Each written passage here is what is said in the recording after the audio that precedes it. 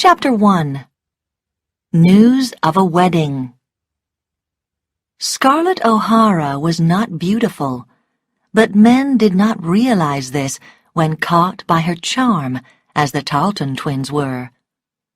Her eyes were green, and her skin was that soft white skin which Southern women valued so highly, and covered so carefully from the hot Georgia sun with hats and gloves. On that bright April afternoon of 1861, 16-year-old Scarlett sat in the cool shadows of the house at Tara, her father's plantation. Stuart and Brent Tarleton sat each side of her. They were friendly young men with deep red-brown hair, and were clever in the things that mattered in North Georgia at that time: growing good cotton, riding well, shooting straight, and behaving like a gentleman. "Don't you two care about being sent home from the University of Georgia for bad behavior?" Scarlett was saying. "The war will start soon," said Brent. "You didn't think we'd stay in university with a war going on, did you?" "There isn't going to be a war," said Scarlett, looking bored. "Ashley Wilkes and his father told Pa just last week that our men in Washington will come to an agreement with Mr. Lincoln about the Confederacy. Anyway, the Yankees are too frightened of us to fight, and if you say war once more, I'll go inside the house and shut the door." They looked across the red earth of Gerald O'Hara's land, which stretched away as far as the eye could see. The white house was like an island, sitting in a wild red sea, the earth blood-colored after the rains of recent weeks. "Scarlett, you'll promise to dance with us at the party at 12 Oaks tomorrow, won't you?" said Brent. "If you do, we'll tell you a secret," said Stuart. "What secret?" asked Scarlett. "Who told you?" "Miss Pittypat Hamilton, Ashley Wilkes's cousin who lives in Atlanta. Charles and Melanie Hamilton's aunt," said Stuart. "She said that we'll hear news of a wedding tomorrow night at the party," said Brent. "Oh, I know that," said Scarlett, disappointed. "It's about Charlie Hamilton and Honey Wilkes. Everyone knows they'll get married someday." "No, it's about Ashley," said Stuart. "He's going to marry Charlie's sister, Miss Melanie." Scarlett's face did not change, but her lips went white, like a person who is in the first moments of shock. "They weren't going to marry until next year," said Stuart. "But with all the talk of war, both families think it will be better if they're married soon." He smiled. "Now, Scarlett, you must promise to eat supper with us at the party." "Of course I will," said Scarlett automatically. "And give us plenty of dances?" "Yes." She spoke as if in a dream. "And sit with us at lunch, too?" said Brent. "What?" said Scarlett. "Oh, yes, of course." The twins were unable to believe their good luck. They talked on about the dance, and Ashley Wilkes and Melanie Hamilton. They laughed and joked, and waited for Scarlett to invite them to supper, and it was some time before they realized she was not listening to them. Scarlett watched the twins ride away. Ashley was going to marry Melanie Hamilton. Oh, it couldn't be true. It was all a mistake. Ashley was in love with her, not Melanie. Mammy came out of the house. She was a big old Negro who loved Ellen O'Hara and her family. "Are the gentlemen gone?" she asked. Why didn't you ask them to stay to supper? I didn't want to listen to them talking to Pa about the war all through supper, said Scarlet. Oh, you just ain't polite, Miss Scarlet, said Mammy. Now come into the house before you get cold. I want to watch the sun go down, said Scarlet. I'll sit here until Pa comes home. Just fetch me a light coat, Mammy. Mammy went back into the house, and Scarlet made a sudden decision. I'll go and meet Pa, she thought. He'll be coming back from 12 Oaks soon, and he'll know about Ashley. As a child, Scarlet had not given Ashley Wilkes a single thought. But 2 years ago, he had arrived home after touring Europe, riding up to Tara with the sun so bright on his fair hair that it shone like silver. "You've grown up, Scarlet," he had said, kissing her hand. And from that moment on, she wanted him as simply as she wanted food to eat and horses to ride and a soft bed to sleep in. For 2 years he took her to dances and suppers, and a week did not go past without Ashley calling at Tara. It was true he never spoke to her of love, and his clear gray eyes never burned with that hot light Scarlet knew so well in other men. But she was sure that he loved her. She saw him looking at her sometimes in that sad, strange way of his. Scarlet heard the sound of Gerald O'Hara's horse and saw him coming across the fields at full speed. Gerald was 60 years old, a small man with silver-white hair and hard little blue eyes. He was surprised to see her. "How is everyone at 12 Oaks?" she asked him. "They're all talking about the war," he said, "and, Did they speak about the party?" Scarlet asked quickly. "Yes, I think they did," said Gerald. "Miss Melanie Hamilton and her brother Charles have come from Atlanta, and—" "Oh, so she did come." Scarlet's heart became heavy. "Was Ashley there, too?" "Yes, he was." Gerald looked closely at his daughter. "That's why you came to meet me, isn't it? Why didn't you say so before? Now, what's all this about you and Ashley?" "There's nothing, Pa," she said. "Has he asked to marry you?" "No," said Scarlet quietly. "And he won't," said Gerald. "John Wilkes says that Ashley is to marry Miss Melanie. They'll tell everyone tomorrow." A pain cut across Scarlet's heart, and she found it hard to breathe.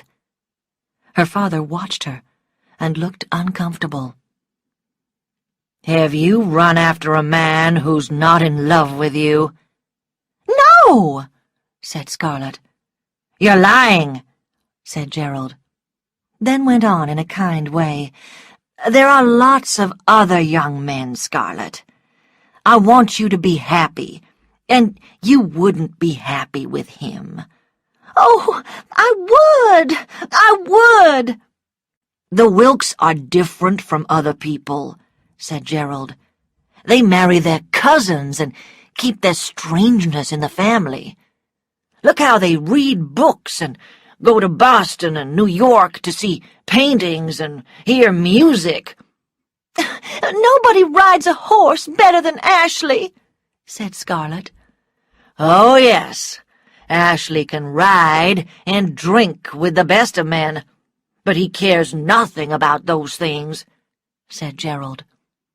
"Now listen, there are other fine boys to marry, Scarlet, and when I'm gone, I'll leave Tara to you and—" "I don't want Tara!"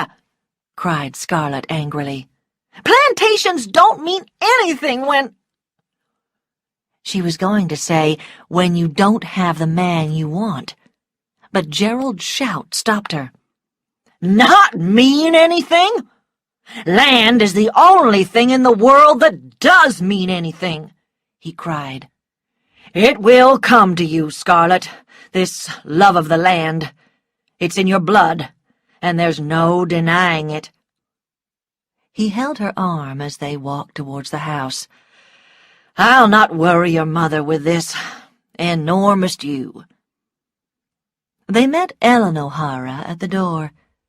She was carrying the black bag in which she always kept the medicines she used for the slaves. Mammy was with her, and did not look pleased. "Mr. O'Hara," Ellen said, "a baby is dying at the Slattery house, and Mammy and I are going to see what we can do." The Slatterys? Shouted Gerald. Those white trash? She is always nursing Negroes and white trash who could look after themselves, said Mammy, annoyed. "Take my place at supper, Scarlet," said Ellen, touching her daughter's cheek. She was a tall woman with a quiet, gentle voice and a warm smile that charmed everyone. There was something magical about her mother's touch, thought Scarlet, and for a moment forgot all about Ashley. But later, an idea came to her. "Ashley doesn't know I love him," she thought. "He thinks I love Brent or Stuart, and he's marrying Melanie because he thinks he can't have me. I must tell him. Then we can run off to Jonesboro and get married. By this time tomorrow night, I might be Mrs. Ashley Wilkes." Chapter 2. Rhett Butler. Early the next morning, Gerald told his plantation manager, Jonas Wilkerson, to pack his things and leave. Jonas, Ellen had discovered, was the father of Emmy Slattery's dead baby, and now Ellen would not have him working at Tara. Jonas was a Yankee and hated all Southerners, and he was angry at losing the best manager's job in the neighborhood. Ellen told Gerald that she was not going to the party at 12 Oaks. "I must check Jonas's figures in the plantation books," she said. "Mammy will stay and help me." So Gerald rode on his horse beside the carriage that took Scarlet and her two sisters down the road to 12 Oaks.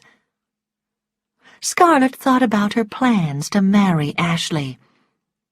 "No one must suspect anything," she thought. "So I'll flirt with every man there, from old Frank Kennedy to shy Charlie Hamilton. It will be cruel to Ashley, but it will make him want me more." "I don't know why you look so happy this morning," said her sister, Sue Ellen, looking at Scarlet. "You know Ashley's going to marry Melanie. Pa said so. And I know you love Ashley." "Sue Ellen, that's not true," said Corinne, the youngest of the three.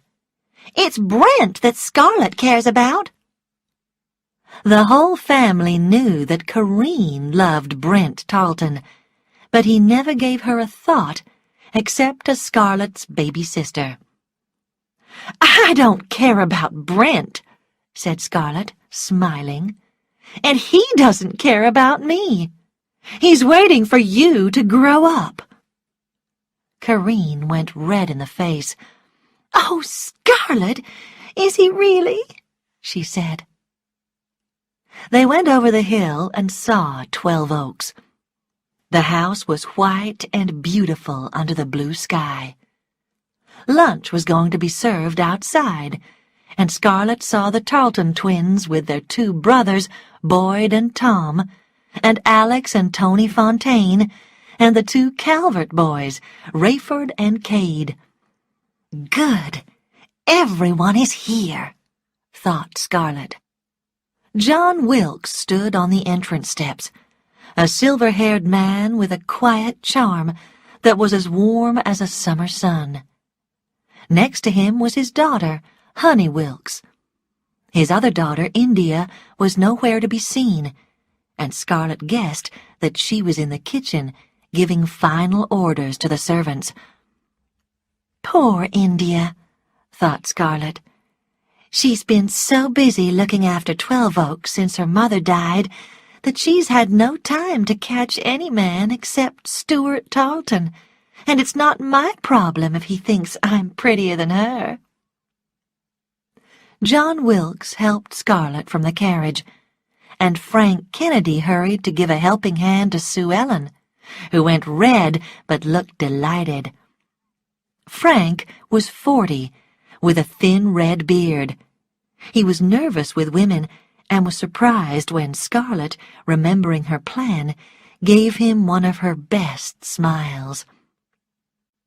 Stuart and Brent Tarleton moved towards her, and Scarlet looked around as she talked and laughed with them.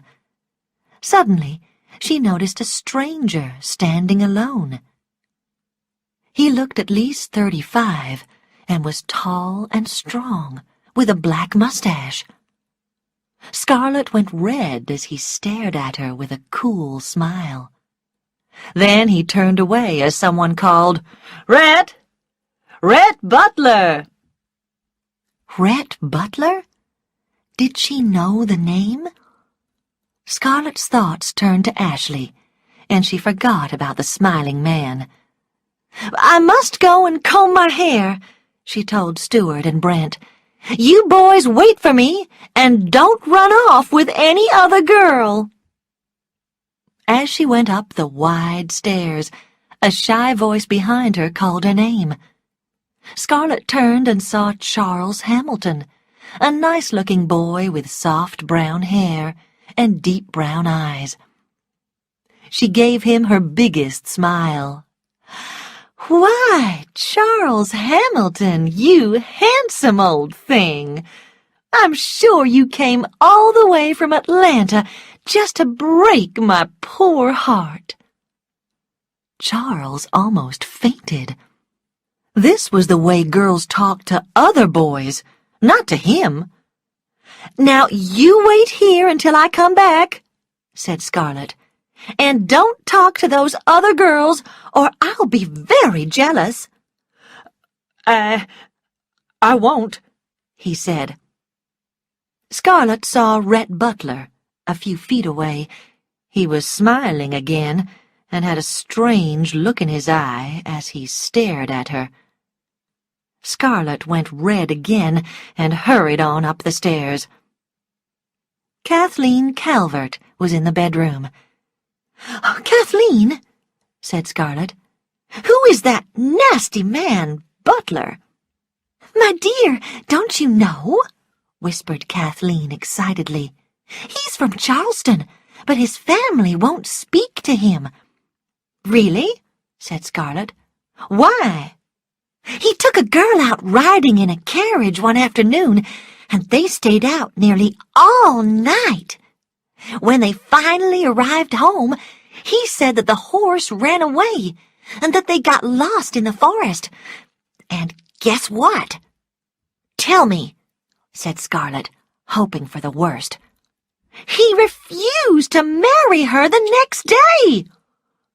"Oh," said Scarlet, disappointed. "He said that he did nothing to her, but her brother invited him to fight, and Mr. Butler shot him.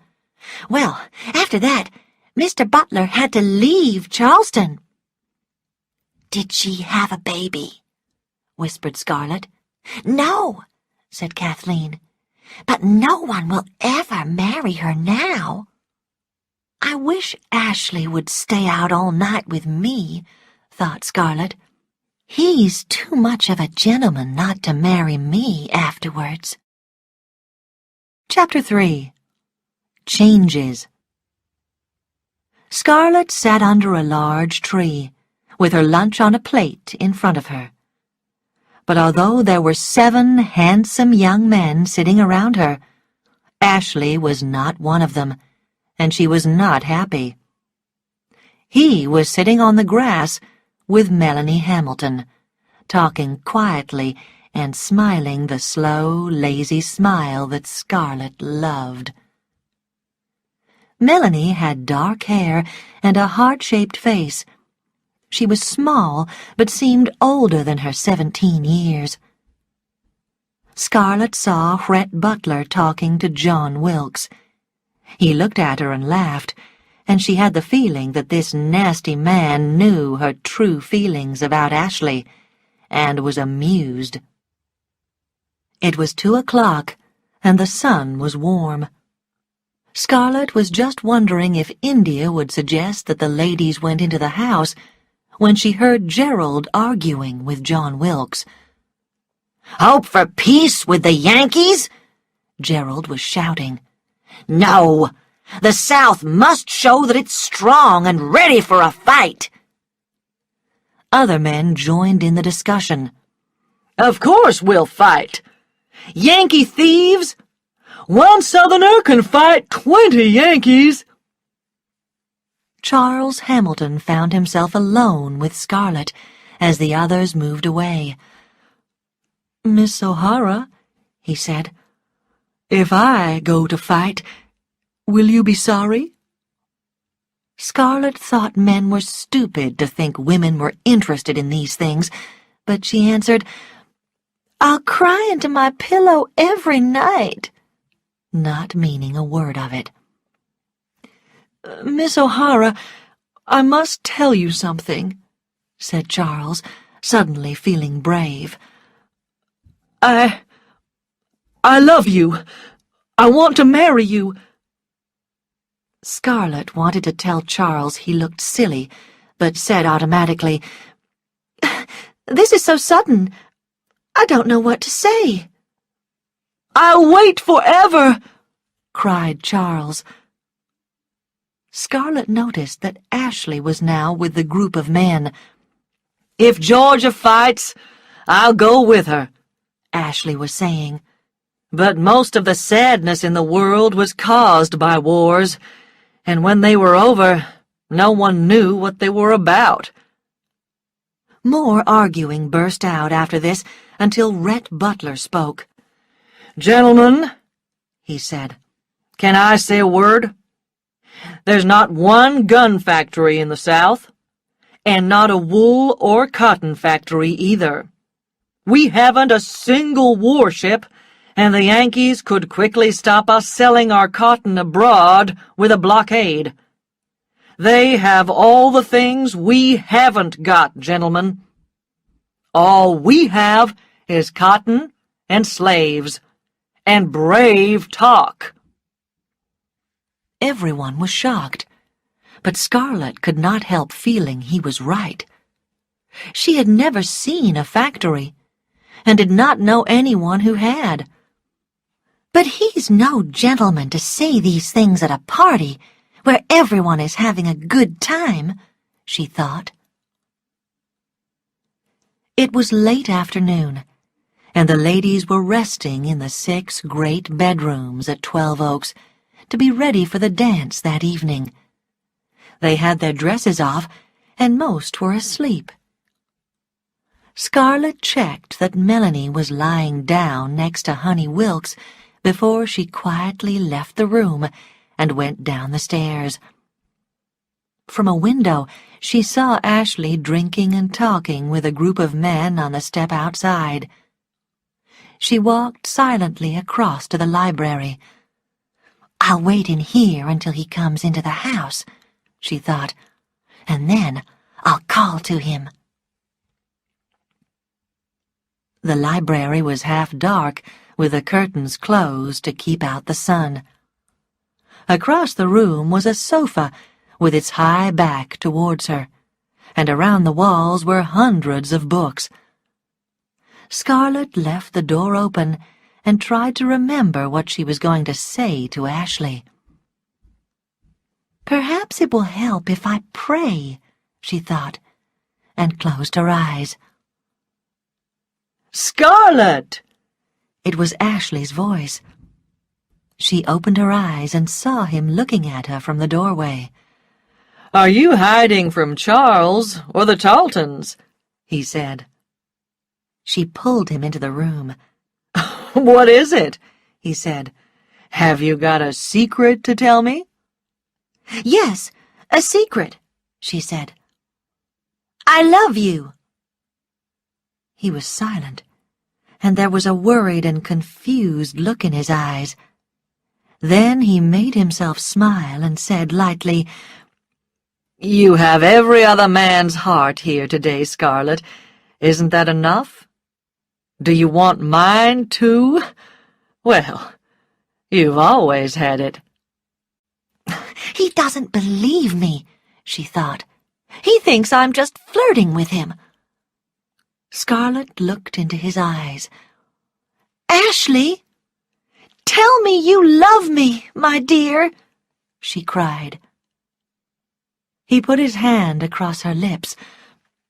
"Don't say these things." "But I love you," she cried. "And I know you love me. Ashley, you do care, don't you?" "Yes," he said quietly. "I care."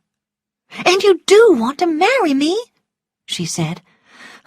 "I'm going to marry Melanie," he replied. He took her hands in his. "How can I make you understand, Scarlet? Love just isn't enough when two people are as different as we are." "But you said you cared for me," said Scarlet. "I was wrong to say it." She began to get angry. "You're afraid to marry me," she said, her voice getting louder. "You'll marry that stupid little fool who can only say no and yes." Ashley's face went white. "Stop," he said. She pulled away from him. "I'll hate you until I die," she shouted, and she hit him hard across the face.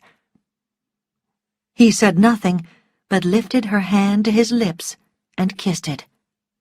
Then he was gone, and the memory of the sad and hopeless look on his face would stay with her until the day she died. Scarlet began to shake. "Now he'll hate me," she thought. "Every time he looks at me, he'll remember me saying all those things." She began to feel hot all over. Did other people know how she felt about Ashley? Was everyone laughing at her? Her hand dropped to a little table next to her, and her fingers closed around a pretty glass bowl. She picked it up and threw it wildly across the room. It missed the top of the sofa, but crashed against the wall beyond. "This," said a voice from the other side of the sofa, "is too much." A man had been lying on it, but now he stood up. It was Rhett Butler. Scarlet almost fainted. "Sir," she said, "you are no gentleman to listen to other people's conversations." "And you, miss, are no lady," he said. "But ladies rarely interest me, and I cannot understand, my dear Miss O'Hara, what a wild and hot-blooded girl like you can find to like about the handsome but very boring Mr. Wilkes." "You aren't good enough to clean his boots," she shouted. He laughed. "And you were going to hate him all your life." She wanted to kill him, but she walked out of the room and pulled the heavy door shut behind her with a crash. A horse came fast towards the house, its rider low over the animal's back. Excitement was in every line of the man's face as he jumped down. The other men crowded round him, and he spoke quickly. Suddenly, Stuart Talton gave a shout. Scarlet saw these things through a window as she went quietly back up the stairs. Somebody's house must be on fire, she thought. She went on to the bedroom and was about to open the door when she heard voices inside. "Scarlet flirted with every man here today," Honey Wilkes was saying. "She was certainly going after Charles, and you know Charles and I are going to be married." "Are you really?" whispered other voices excitedly. "Yes, but don't tell anybody yet," said Honey. "But there's only one person Scarlet cares about, and that's Ashley." "Honey, you know that isn't true," said Melanie, "and it's so unkind to say it." "It is true. Scarlet took Stuart from India, and today she tried to take Mr. Kennedy from Sue Ellen, and Ashley—" Scarlet ran back down the stairs. "I must get home," she thought. But when she was on the steps outside, she stopped. She couldn't go home. She couldn't run away and show them how ashamed she was feeling. It would only make things worse. She hated them. She hated Ashley. She hated everyone. "I'll stay and make them sorry," she thought. "I will." She turned towards the house and saw Charles Hamilton. "Do you know what's happened?" he cried. She said nothing, only stared at him. "Mr. Lincoln called for soldiers," he said. 75,000 of them. Of course, it will mean fighting, Miss Scarlet, but don't you worry. It'll be all over in a month." Scarlet was only half listening. "He has plenty of money," she was thinking. "He lives in Atlanta, and if I marry him quickly, it will show Ashley that I don't care, that I was only flirting with him. And it will just kill Honey. She'll never get another man, and everyone will laugh at her. And it will hurt Melanie because she loves Charles so much." "Will you wait for me, Miss Scarlet?" Charles was saying. Scarlet made a decision. "I don't want to wait," she said. He held her hand, his mouth wide open. Twice he tried to say something, but the words wouldn't come. At last he said, Can you possibly love me?" She said nothing but looked down at the floor, pretending to be shy. Charles wanted to shout and sing and kiss her, and then to tell everyone that Scarlett O'Hara loved him. "Will you marry me soon?" he said, not daring to breathe. "The sooner the better," she said. Within 2 weeks, Ashley was married to Melanie, and Scarlett was married to Charles. 2 months later, she was a widow. Charles died from typhoid. He never fought a battle. He never got close to a Yankee. Soon after, Scarlett discovered that she was going to have a baby, and she became the mother of Charles's son. She called him Wade. She did not love or want the child, and it did not seem possible that he was hers. Every time she thought of Ashley, she cried and went back to her bed and refused to eat. Ellen tried to help, but failed, and then Charles's aunt, Miss Pittypat Hamilton, wrote asking if Scarlett could come to Atlanta for a long visit. She and Melanie wanted very much to see Charlie's dear little baby. So Scarlett went to Atlanta with Wade and Prissy, her young slave. She did not want to go, but any change was welcome. Chapter 4. Atlanta. The war was making Atlanta a busy city. Trains thundered in and out, and the narrow, muddy streets were full of army wagons and ambulances. Scarlett rode from the railway station in Miss Pittypat's carriage with Uncle Peter, a tall, thin Negro who was Aunt Pitty's old slave. She saw a tall, handsome woman in a bright-colored dress, and with hair so red that it couldn't possibly be the real color. "Who is that, Uncle Peter?" she whispered. "I don't know," said Uncle Peter, looking away quickly. "Yes, you do. Who is she?" "Bell Watling," he said after a moment. "Miss Pitty ain't going to like you asking questions about women like that." Scarlett was suddenly shocked. She must be a bad woman, she thought, staring. She had never seen a prostitute before. Miss Pittypat's red brick house was on Peachtree Road, and Aunt Pitty was waiting excitedly on the front step. Melanie was with her, and Scarlett saw the loving smile of welcome on the little heart-shaped face, and felt a rush of dislike. This jealous dislike grew as the days went by, and sometimes Scarlett had to leave the room when Melanie talked about Ashley. But Atlanta was more interesting than Tara, and she was busy nursing at the hospital with Mrs. Meade, the doctor's wife, and other women. All married women in Atlanta nursed the soldiers, and most were glad to do it. But Scarlett was a nurse only because she had to be. "Melanie is content to stay at home and never go to parties and to wear black for her brother when she's only 18 years old," thought Scarlett.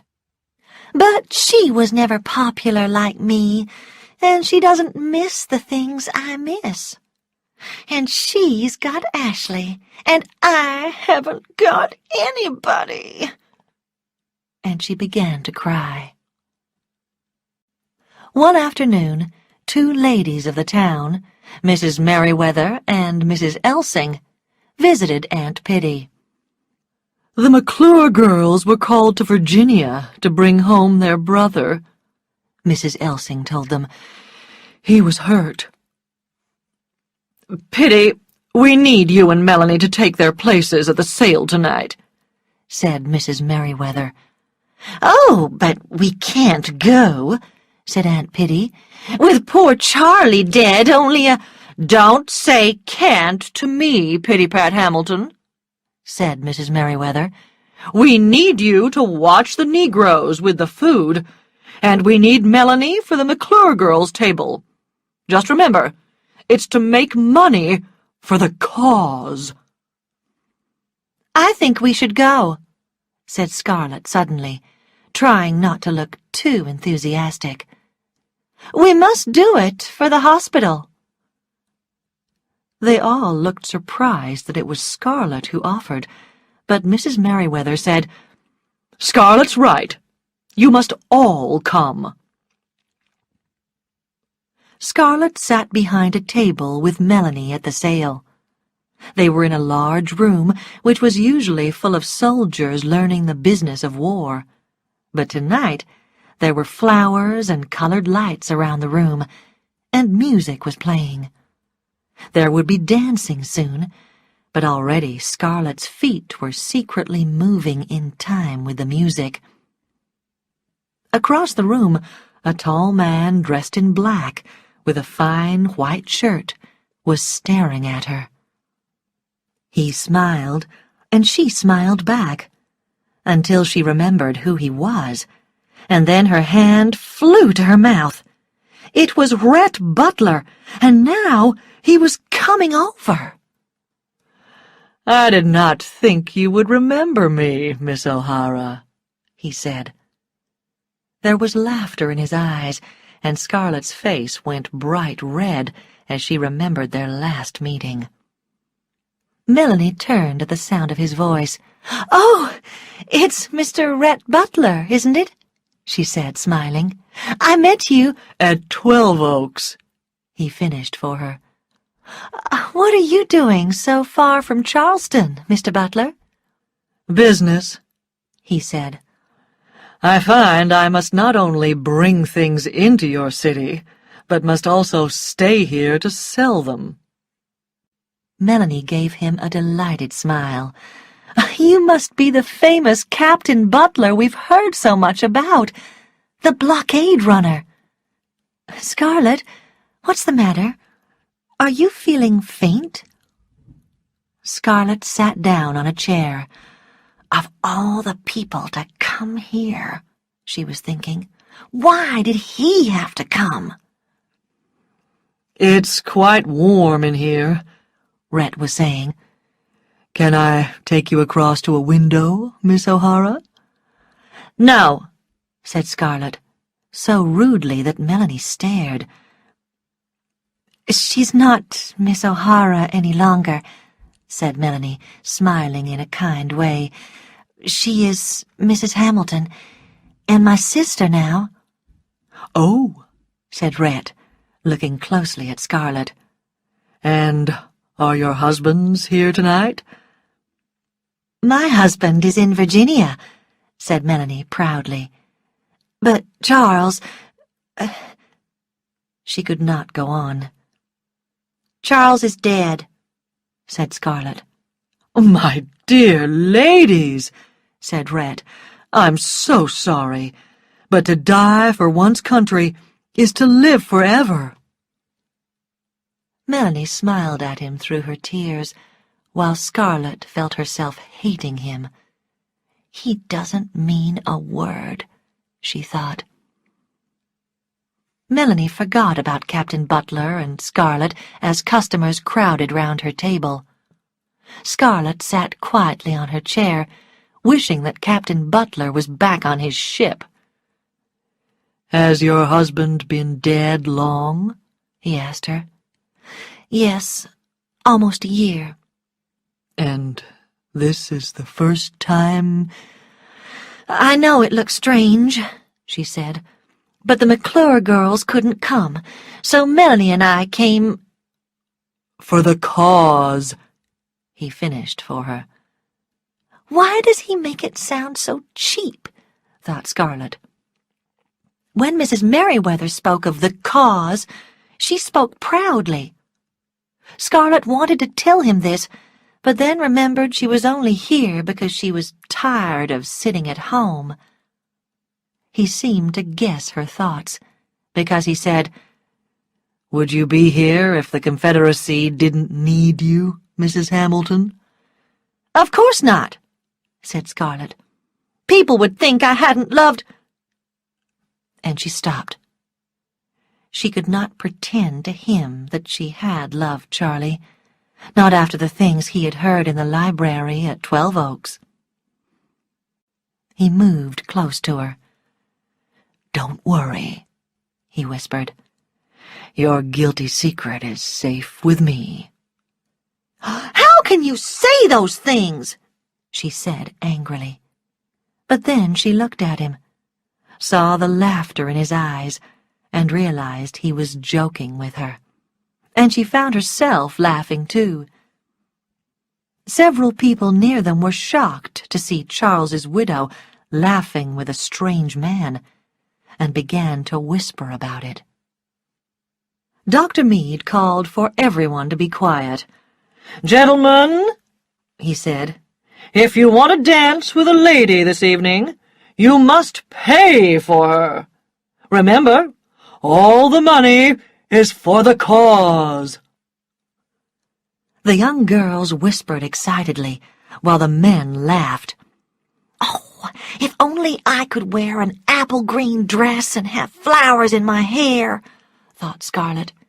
20 men would fight to dance with me and pay their money to the doctor. Rhett Butler was watching her. Suddenly he called out, "Mrs. Charles Hamilton, $150 in gold." Scarlet was so surprised she could not move. Everyone looked at her, and she saw the doctor whisper to Rhett Butler, probably telling him that widows could not dance. "Another one of our young ladies, perhaps?" said Dr. Meade. "No," said Rhett. "Mrs. Hamilton." "Impossible," said the doctor. "Mrs. Hamilton will not—" "Yes, I will!" Scarlet heard herself shout. She saw the shocked faces of Melanie and the older women. She saw the surprised and annoyed faces of the younger girls. But Scarlet didn't care. She was going to dance again. I'm doing it for the cause," Scarlet told Rhett, and he began to laugh. "Stop laughing! Everyone is looking at us." "Do you care if people talk?" said Rhett. "No, but, well, a nice girl is supposed to care." She changed the subject. "Tell me, do you have a lot of money?" "What a rude question, Mrs. Hamilton," he laughed. "But the answer is yes, and I'll make $1 million on the blockade. One can always make money from a war, whether one is on the winning side or not." "Do you think the Confederacy will lose?" "Yes," he said. "Oh, well, these things bore me," said Scarlet. "Captain Butler, don't hold me so tightly. People are looking." "If no one was looking, would you care?" he said, smiling. "Captain Butler," she said, pretending to be shocked. Then added, "You dance very well for a big man, but it will be years and years before I'll dance again." "I'll offer more money for you in the next dance," he said, "and the next, and the next." "Oh, it's the end of the music," said Scarlet. "And here's Aunt Pittypat coming out of the back room. I suppose Mrs. Merriweather told her her eyes are as big as saucers." "I don't care if they talk," said Scarlet next morning. "I'm sure I made more money for the hospital than any girl there." "What does the money matter?" cried Aunt Pitty. "Poor Charlie dead, only a year. And that Captain Butler is a terrible person, Scarlet." "I can't believe he's all that bad," said Melanie gently, "when you think how brave he's been, running the blockade." "He isn't brave," said Scarlet. "He does it for money. He doesn't care about the Confederacy. And he says we're going to lose. But he dances wonderfully." Pittypat and Melanie were so shocked they could not speak. "I'm tired of sitting at home, and I'm not going to do it any more," Scarlet went on. "If they all talked about me last night, then it won't matter what they say about me now." Melanie put her arm round Scarlet. "You did a brave thing last night," she said, "and it's going to help the hospital a lot. Aunt Pitty, it's been difficult for Scarlet, and war times aren't like other times. Think of all the soldiers who are far from home and without friends. We've been selfish. We must have a soldier here to dinner every Sunday from now on." Chapter 5. Heroes. The autumn of 1862 went quickly for Scarlet, with nursing, parties, and visits to Tara. The visits to Tara were disappointing because Ellen worked from morning until night, and Gerald was busy because he could not get a manager to take Jonas Wilkerson's place. Sue Ellen was waiting for the war to end so that she could marry Frank Kennedy, and Corinne dreamed about Brent Tarleton. So Scarlett was never sorry to return from Tara to Atlanta. There were many things she did not tell Ellen, but her biggest secret was that Rhett Butler called at Aunt Pittypat's house whenever he was in town. Scarlett went riding with him in his carriage, and he took her to dances and sales. She looked forward to his visits because there was something exciting about him, something different from any other man she knew. "It's as if I'm in love with him," she thought. "But I'm not." He sat and listened to Melanie for hours as she talked about Ashley and how proud she was of him. "But I only have to say Ashley's name, and he smiles nastily at me," thought Scarlett. "Why are you nicer to Melanie than to me?" she asked him one day. "I am much prettier than she is." "Dare I hope that you're jealous?" he said, smiling. "Don't be silly," she said. Another hope gone. If I am nicer to Mrs. Wilkes, it's because she is one of the very few kind and unselfish people I know. And although she is still young, she is one of the few great ladies I have been lucky enough to meet." "Don't you think I'm a great lady, too?" said Scarlett.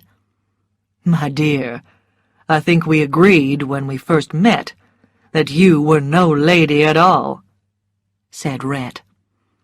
"Oh, you rude, horrible man, reminding me of that again," she said.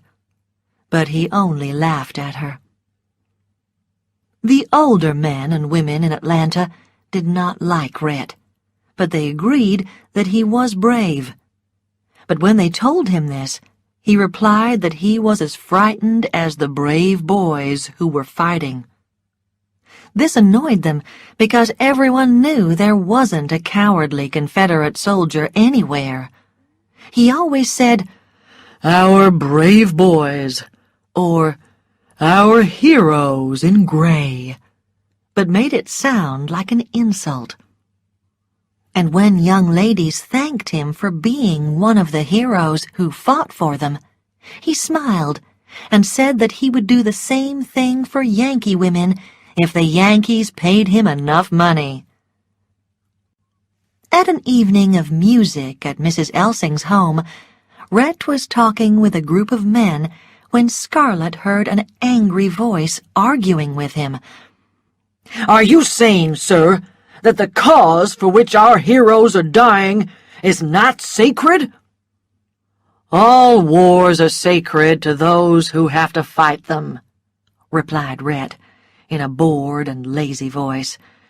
"If the people who started wars didn't pretend they were sacred, who would be foolish enough to fight?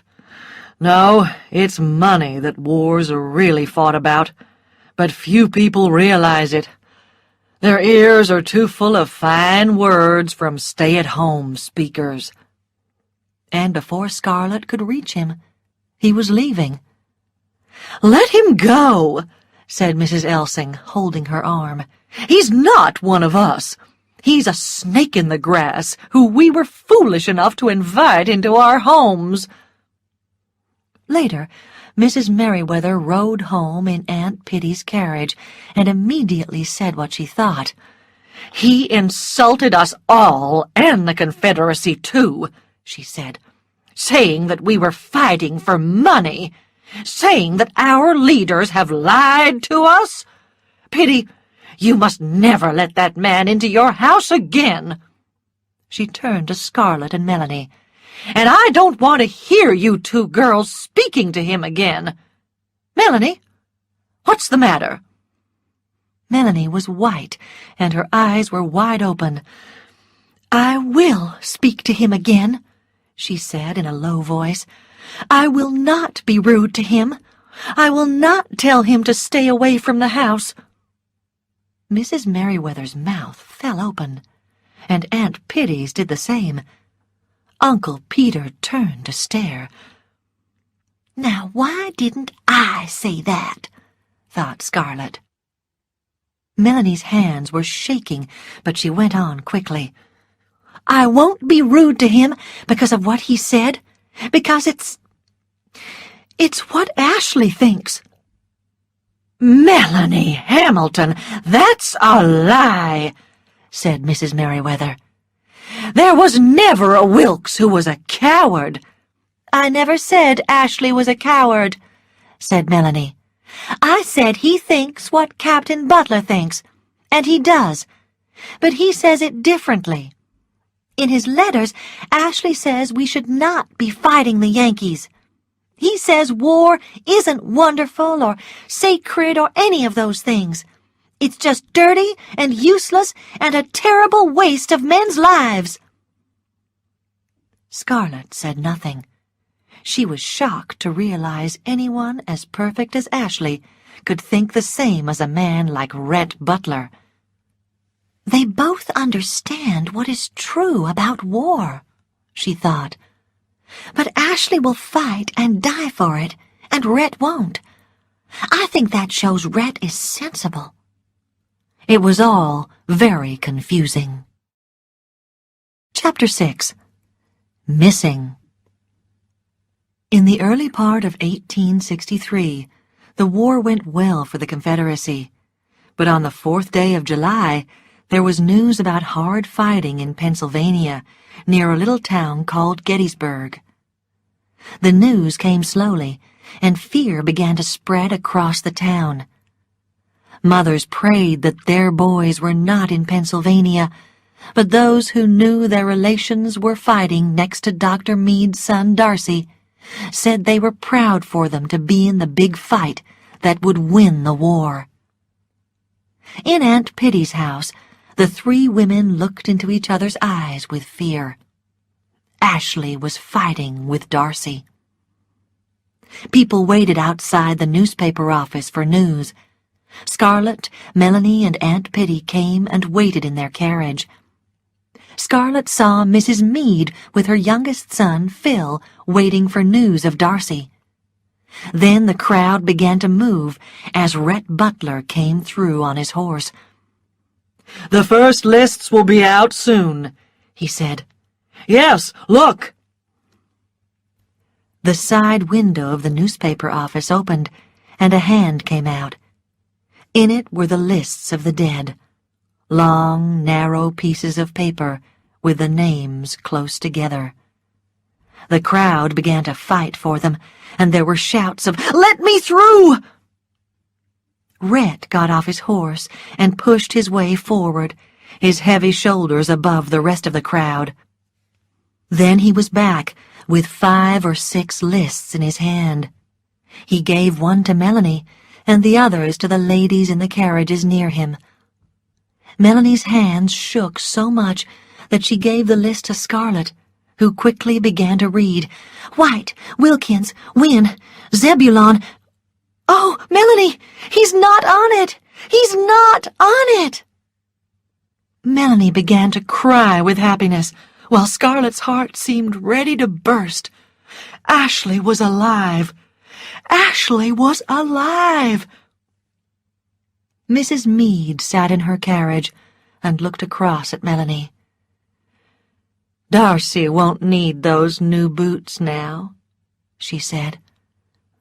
Oh, my dear, cried Melanie, and jumped from her carriage. Mother, you've still got me, said Phil, and if you'll just let me, I'll go and kill all the Yankees.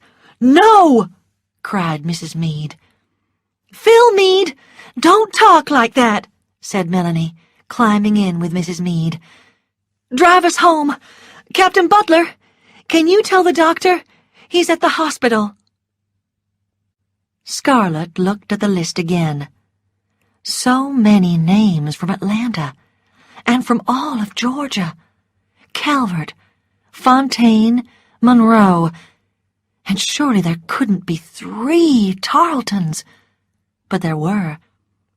Tarleton, Brenton, Stewart, and Thomas. And Boyd killed the first year somewhere in Virginia.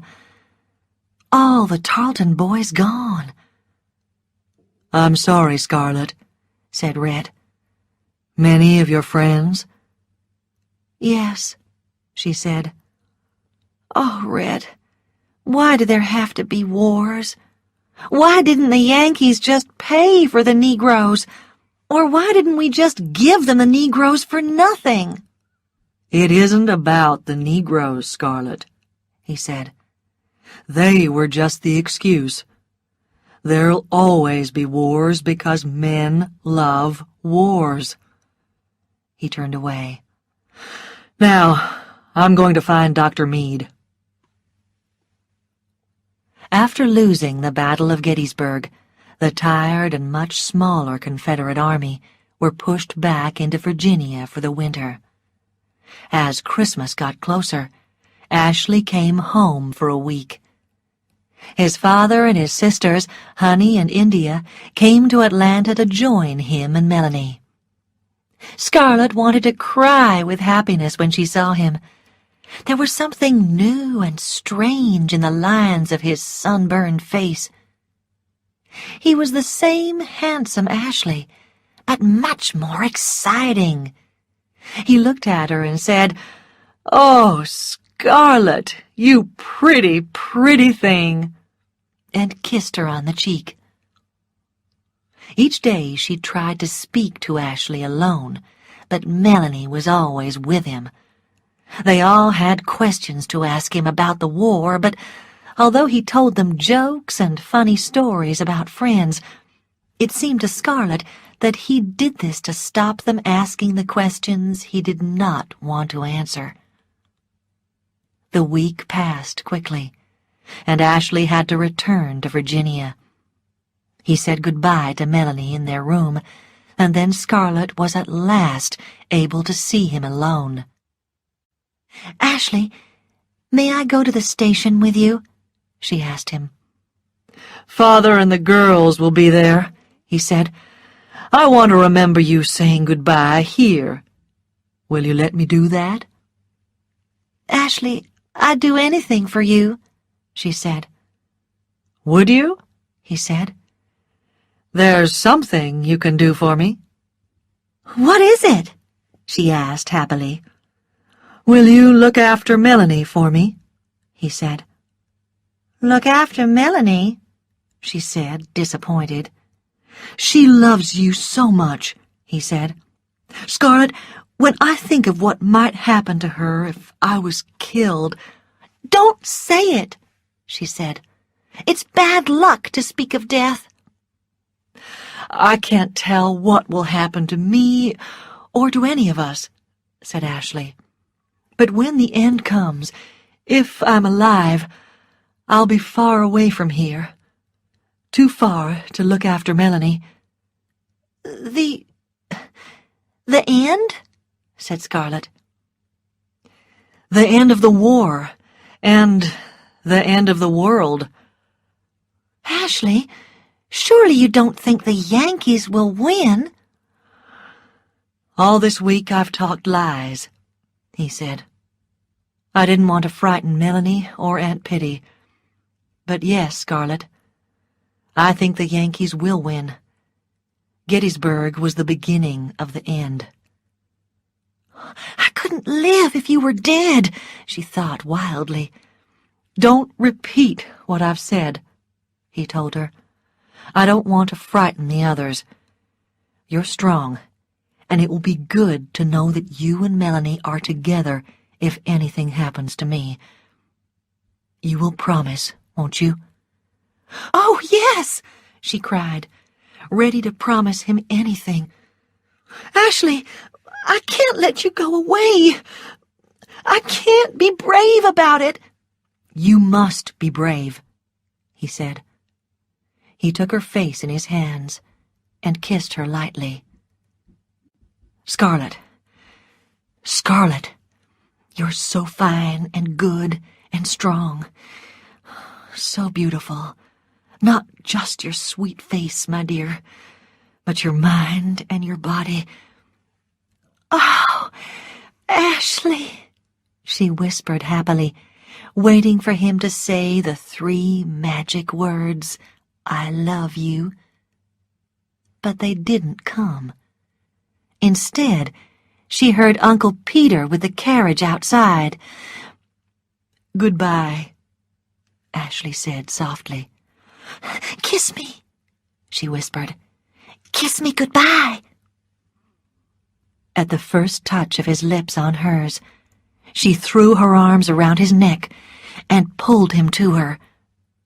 For a moment he held her close, but then quickly pushed her away.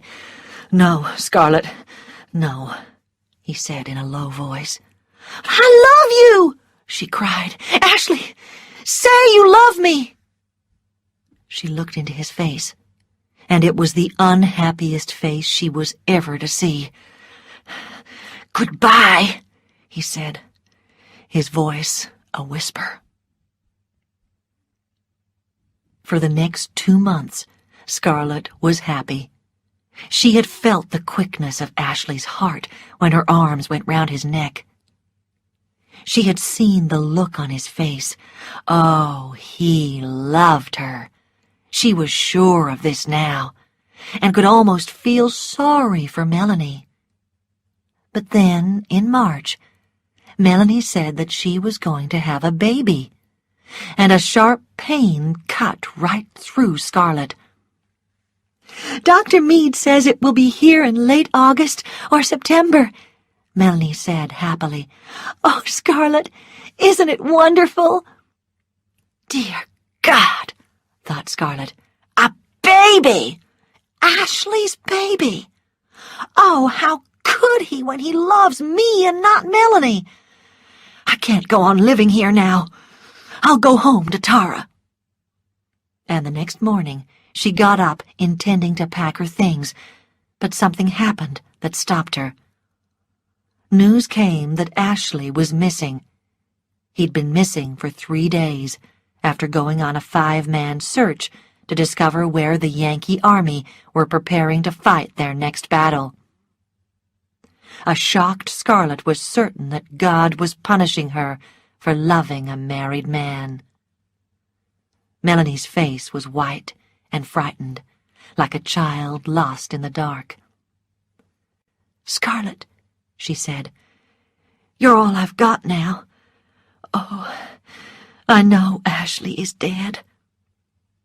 Suddenly, she was in Scarlett's arms, and they were crying and holding each other close. "At least I've got his baby," whispered Melanie. "And I've got nothing," thought Scarlett. Nothing but the look on his face when he said goodbye.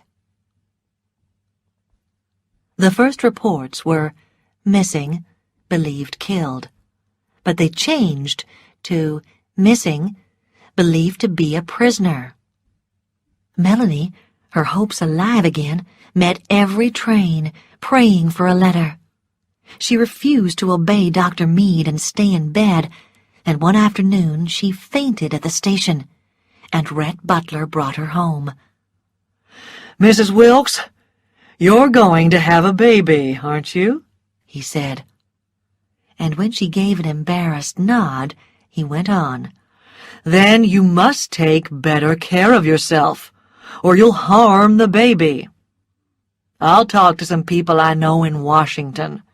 If Mr. Wilkes is a prisoner, he'll be on a prisoner's list.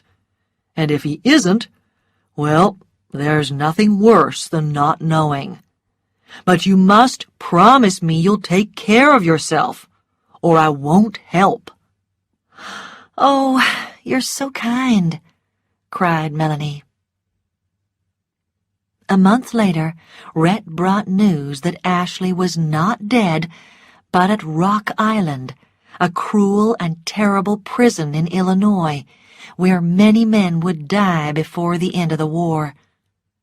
"He had a chance to get out, but refused it," said Red.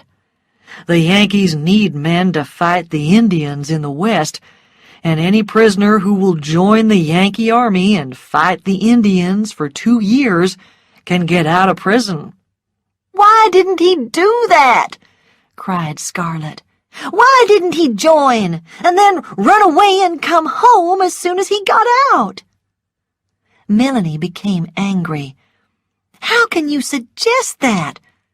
I'd prefer to know he was dead at Rock Island than he was no longer a Confederate but a Yankee soldier.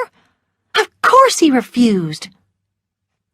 When Scarlet was alone with Rhett, she asked, "Wouldn't you join the Yankees to get out of that place and then run away?" "Of course," said Rhett with a cold smile. "Then why didn't Ashley?" said Scarlet. "He's a gentleman," said Rhett, meaning Ashley was a fool. Chapter 7. News from Tara. That summer, for the first time since the war began, the people of Atlanta heard the sound of battle. The Yankees were getting closer. Many old men, like John Wilkes, and young boys like Phil Meade were sent to guard the bridges at Chattahoochee River, at the back of the main Confederate Army. Then, on a hot July afternoon, after a terrible battle at Peachtree Creek, a stream of Confederate soldiers began to arrive in Atlanta. Some were covered in blood, others helped those who couldn't walk to get to the hospitals. Within days, the Yankees were on 3 sides of Atlanta, and the railway to Tennessee was under Yankee control. Only one railway to the south, to Macon, was still open. But if they could hold it, Atlanta could stand against the Yankees. But when shells began to fall in the streets, women, children, and old people began leaving the city. Mrs. Elsing and Mrs. Merriweather refused to leave. They were needed at the hospital, they said proudly, and no Yankee was going to run them out of their homes. Mrs. Meade also refused. Phil was fighting not far away, and she wanted to be near.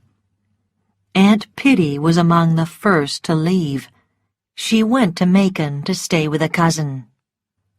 "You girls should come with me," she said.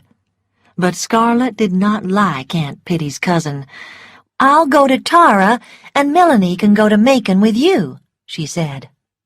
"Scarlet, don't leave me," cried Melanie. "I'll die if you aren't with me when the baby comes. You promised Ashley that you'd take care of me. He told me he was going to ask you." "I'll keep my promise," Scarlet said tiredly. "But I won't go to Macon. I'll go home to Tara, and you can come with me." But Dr. Meade stopped Melanie going to Macon or Tara. "You cannot travel," he said. "It might be dangerous. Miss Pitty, you go to Macon and leave the young ladies here. Miss Melanie, you must stay in bed until the baby comes." He spoke privately to Scarlet. "She is going to have a difficult time," he said. "You must stay with her until the baby comes. With these shells falling, it may be at any time." So Aunt Pitty went to Macon, taking Uncle Peter with her, and Scarlet and Melanie were left alone in Atlanta with Wade and Prissy. Those first days, Scarlet would not go into the streets. Every time she heard the scream of a shell coming, she rushed to Melanie's room and threw herself on the bed, and the two of them hid their heads in the pillow. Prissy and Wade hid under a table downstairs, Wade crying and Prissy screaming. "I'd rather let Melanie die than go out and find the doctor when the shells are falling," thought Scarlet. But Prissy calmed Scarlet's fears. "Don't you worry, Miss Scarlet. I know all about delivering babies," she said. "Ain't my mother told me all about it? Just leave it to me." At the end of July, Scarlet received a letter from Gerald telling her that Kareen was ill with typhoid and that Scarlet must not come home. That night, she sat outside the house and thought of Tara. Life there would never be the same.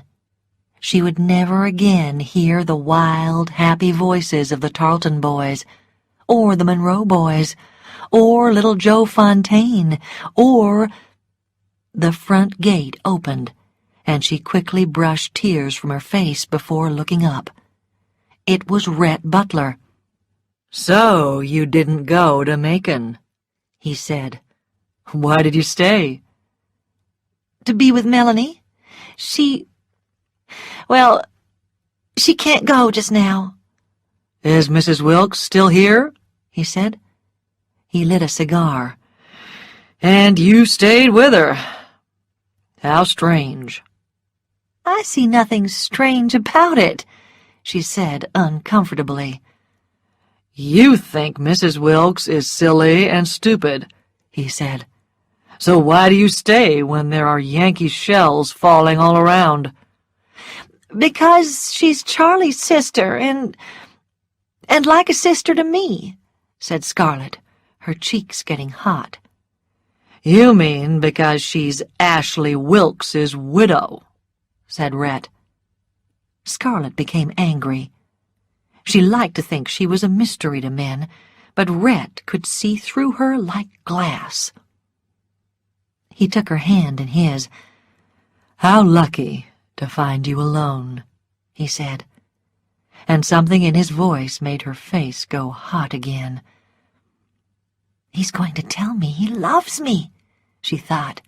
Then I can tell him he's wasting his time, and he'll feel a fool.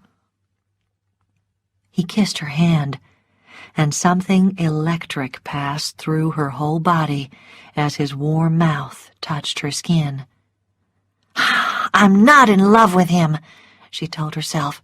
I'm in love with Ashley. "Scarlett, you do like me, don't you?" he said. Well, sometimes, she said. "Could you ever love me?" I've got him, she thought, and answered in a cool voice. Certainly not. Not until you behave like a real gentleman.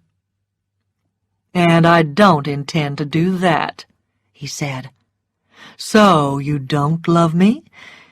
Good, because although I like you, Scarlett, I don't love you, and I didn't want to be the second man not to return your love, my dear." You don't love me? She said. "Did you hope that I did? I'm sorry, but I do like you a lot. I know you still think lovingly of the wooden-headed Mr. Wilkes, who has probably been dead these last 6 months, but there must be room in your heart for me, too. Scarlett, I want you more than I've ever wanted any woman." Scarlett was surprised and confused. Are you asking me to marry you? She said.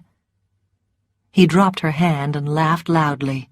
"No, I'm not a marrying man. Didn't I tell you that?"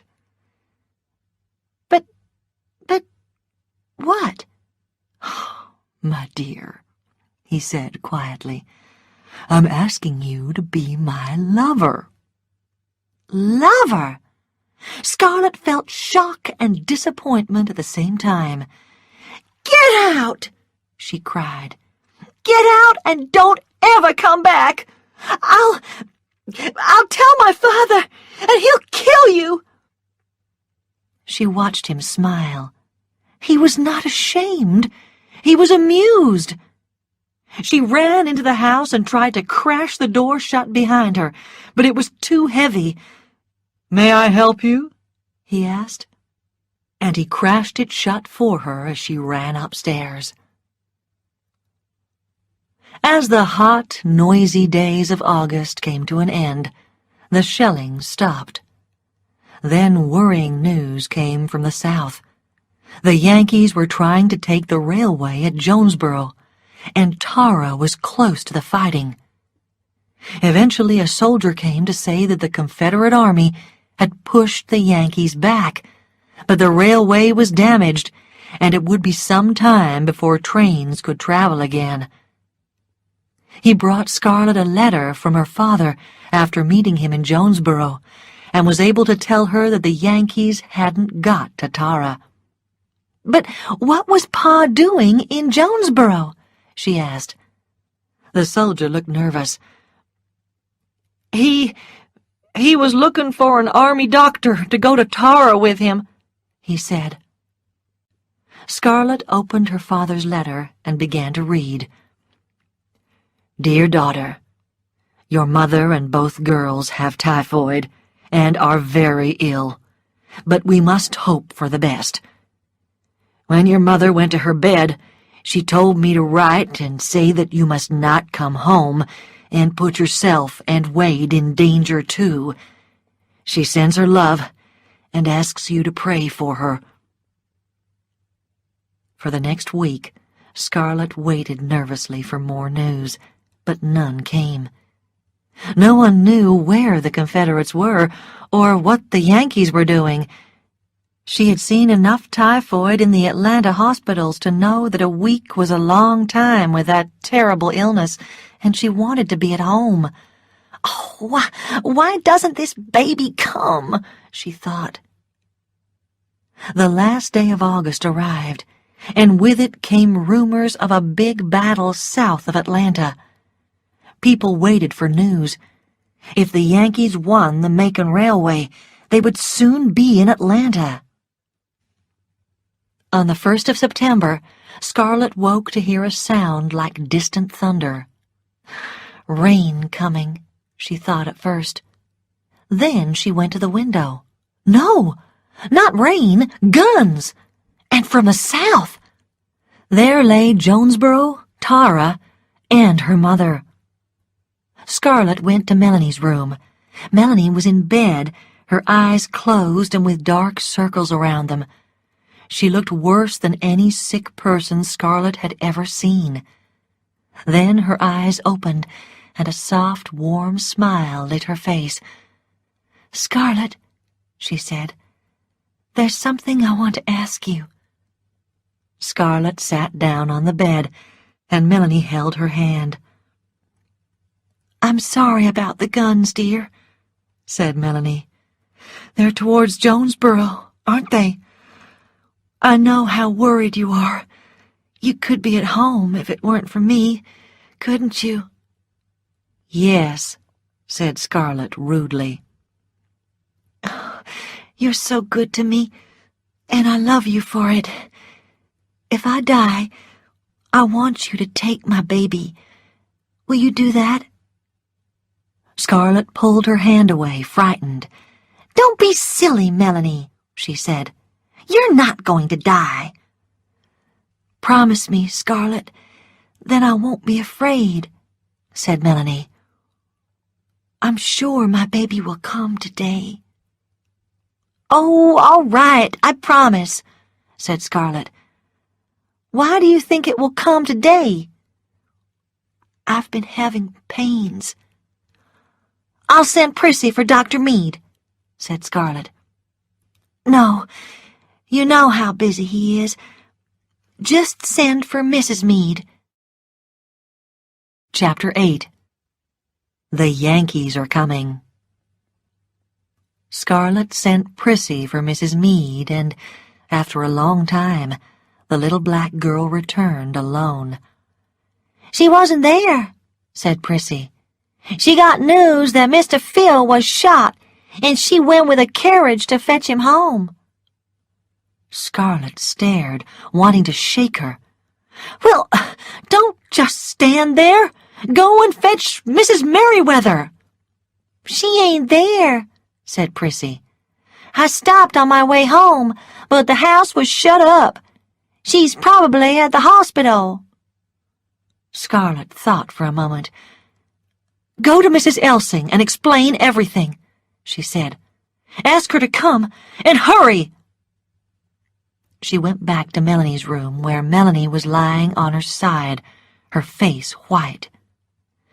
"Mrs. Meade is at the hospital," lied Scarlett. She didn't want to worry Melanie by telling her about Phil getting shot. "But Mrs. Elsing is coming."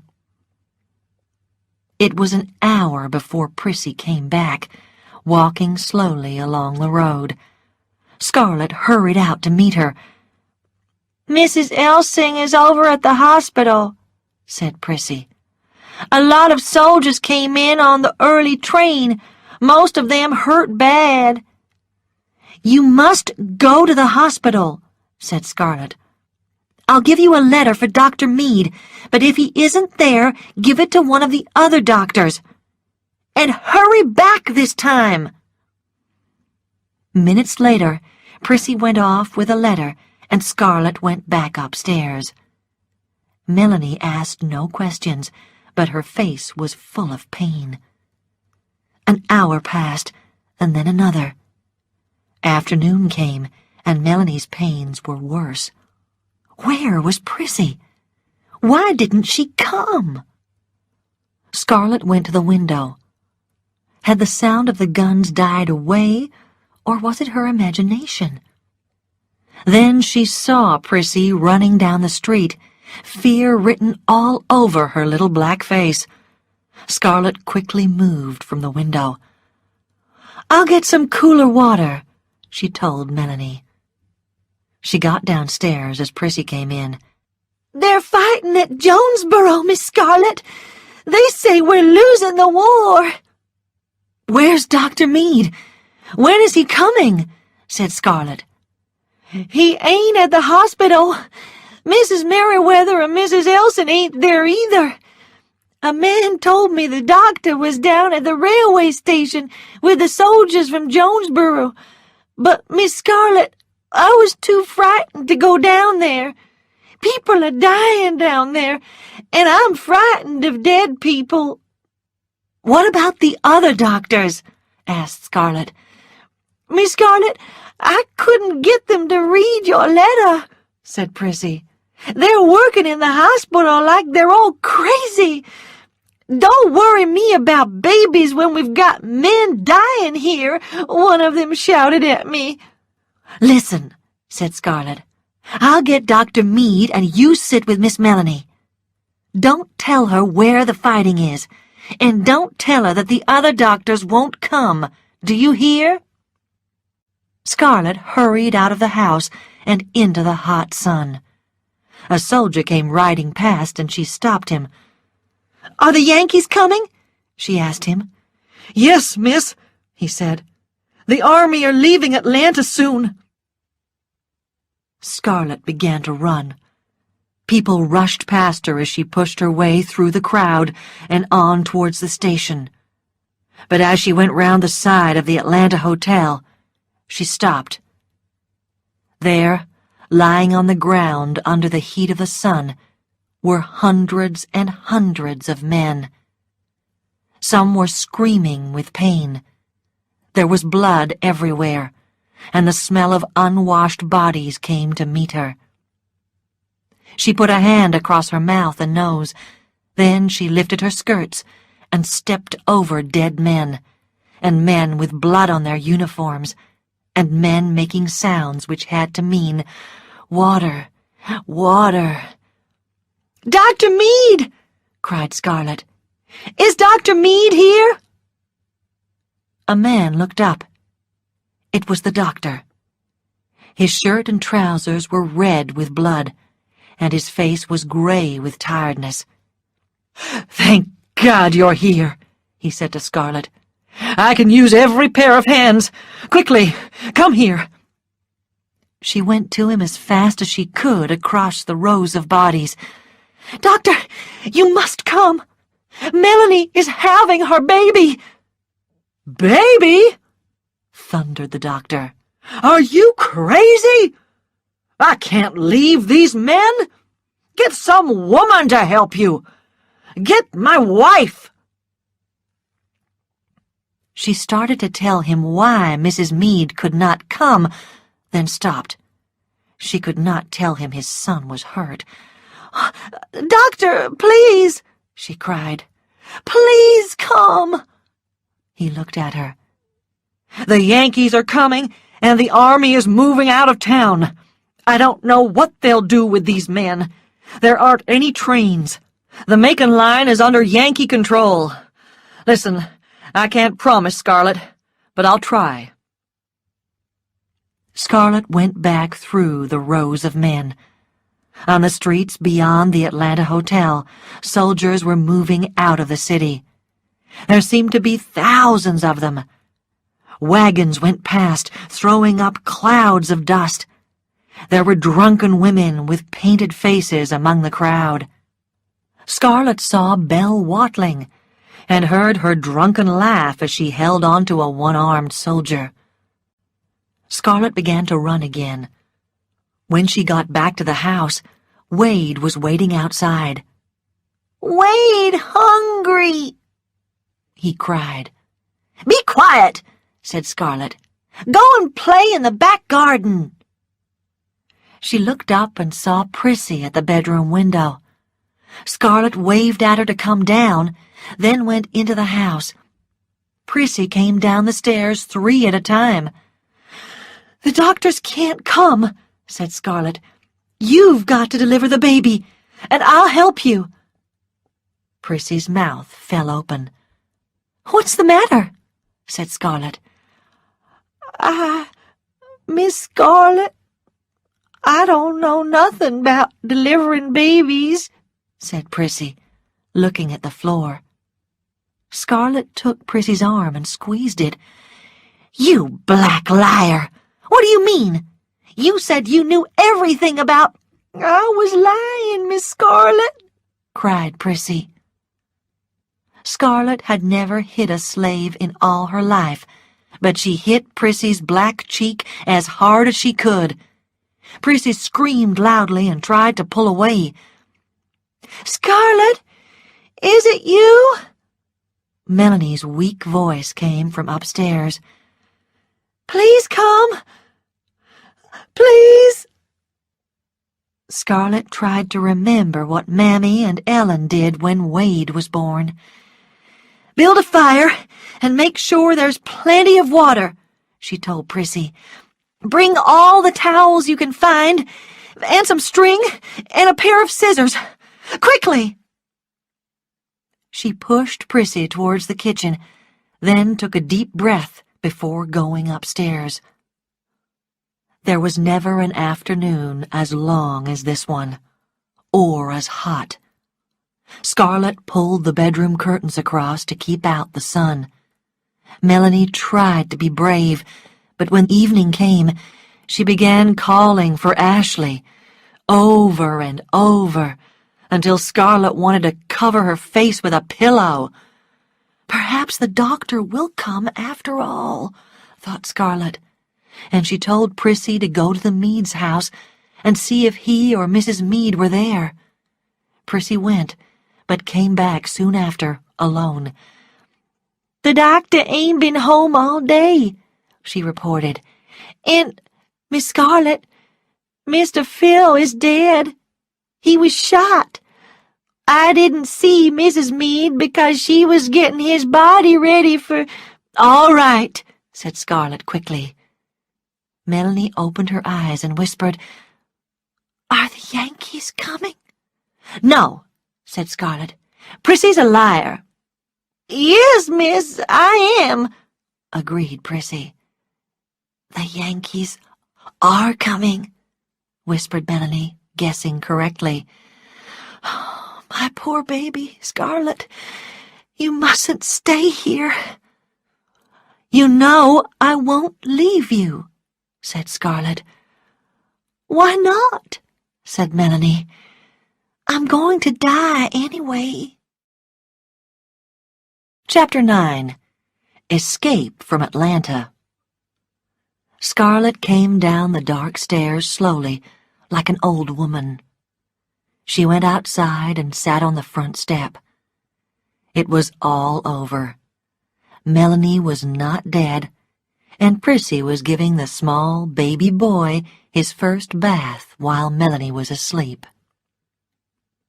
The night air was cool and fresh on her face and arms.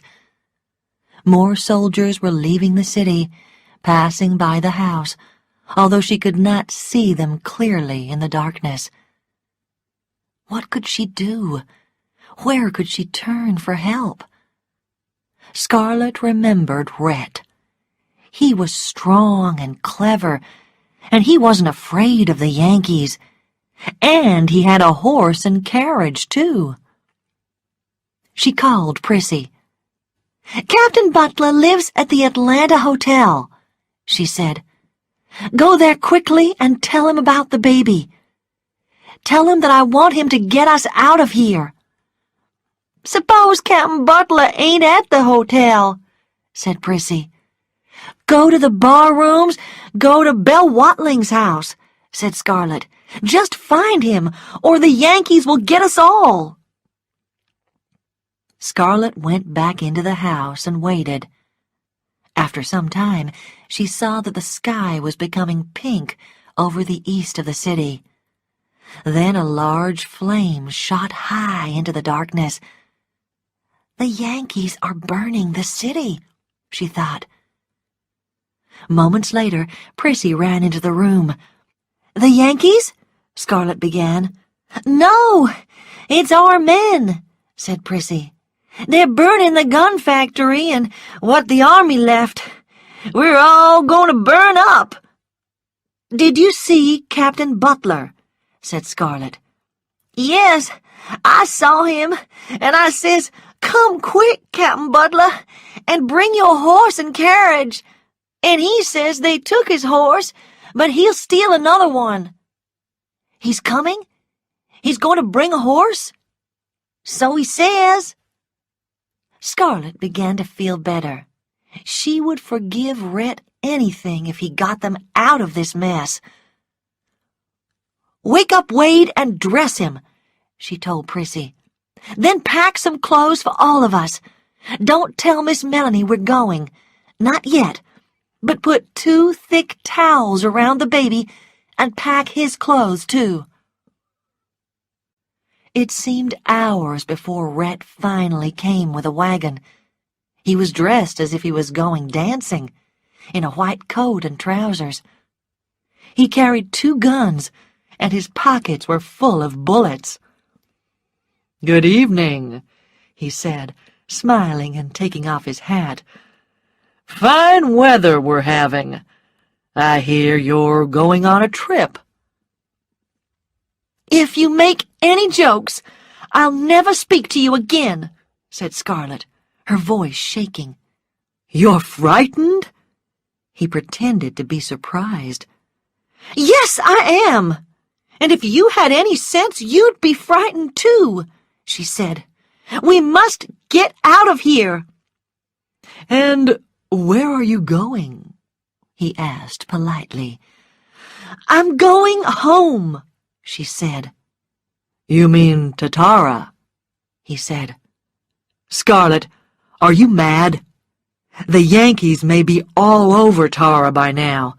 You can't go right through the Yankee army." "I will go home," she cried, tears running down her cheeks. Suddenly, she was in his arms.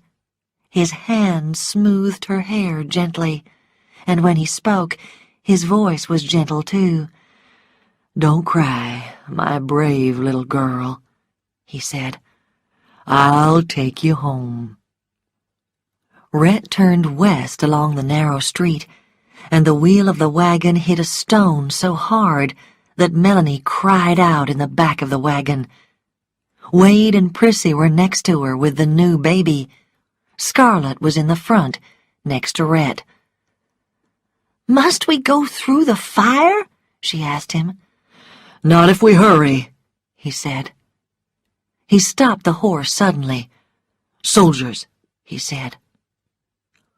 Long lines of Confederate soldiers walked through Marietta Street, too tired to care about the burning buildings around them. Many had no shoes, and their uniforms were torn and dirty. They went past silently, like ghosts. "Take a good look," said Rhett. so you can tell your grandchildren that you saw the last soldiers of the sacred cause." Suddenly, she hated him for insulting these broken men. She thought of Charles, of Ashley, who might be dead, and all those brave young boys now dead. She forgot that she had once thought they were fools. Rhett watched the soldiers with a strange and thoughtful look on his face. Then there was a crash of falling wood, and Scarlet saw a thin flame above the building next to them. "Rhett, hurry!" she shouted. They went quickly from one narrow street to another until the sound of the flames died behind them. Rhett did not speak. His face looked cold and hard, as if he'd forgotten where he was. Scarlet wanted him to say something, anything, but he only sat and stared at the dark road ahead. "Oh, Rhett," she said, "I'm so glad you aren't in the army." At this, he turned his head, and she saw in his eyes how angry and confused he was. After that, she said nothing. At last, they were on a wider, smoother road. "We're out of the city," said Rhett. "Do you still want to do this crazy thing? The Yankee army are between you and Tara." "Yes," she said. "Please, Rhett, let's hurry." "You can't go to Jonesboro down this road," he said. "They've been fighting up and down there all day. Do you know any wagon paths?" "Oh, yes," cried Scarlet. "I know a wagon path. Pa and I used to ride it. It comes out only a mile from Tara." "Good," said Rhett. "Maybe the Yankees aren't there yet. Maybe you can get through if—" "I can get through? Aren't you going to take us?" "No," he said. "I'm leaving you here." "Leaving us?" she said wildly. "Where are you going?" "I'm going with the army," he said. "Rhett, stop joking." "I'm not joking, my dear," he said, smiling. "Think how delighted our soldiers will be at my last-minute appearance." "Oh, Rhett," she cried. "Why are you going?" He laughed.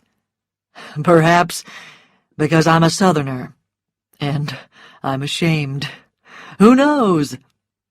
"You should die of shame, leaving us alone and helpless." "Scarlet, anyone as selfish and strong-minded as you is never helpless. God help the Yankees if they get you." He stepped down from the wagon. Then he put his hands up, caught her under the arms, and brought her to the ground next to him. He took her several steps away from the wagon. "I'm not asking you to understand or forgive," he said. "I'll never understand or forgive myself for this foolishness. But the South needs every man, so I'm off to the wars." His warm, strong hands moved up her arms. "I do love you, Scarlet, although I told you I didn't. Do you want to change your mind about what I suggested before? A soldier would go to his death with beautiful memories." He was kissing her now, with slow, hot lips.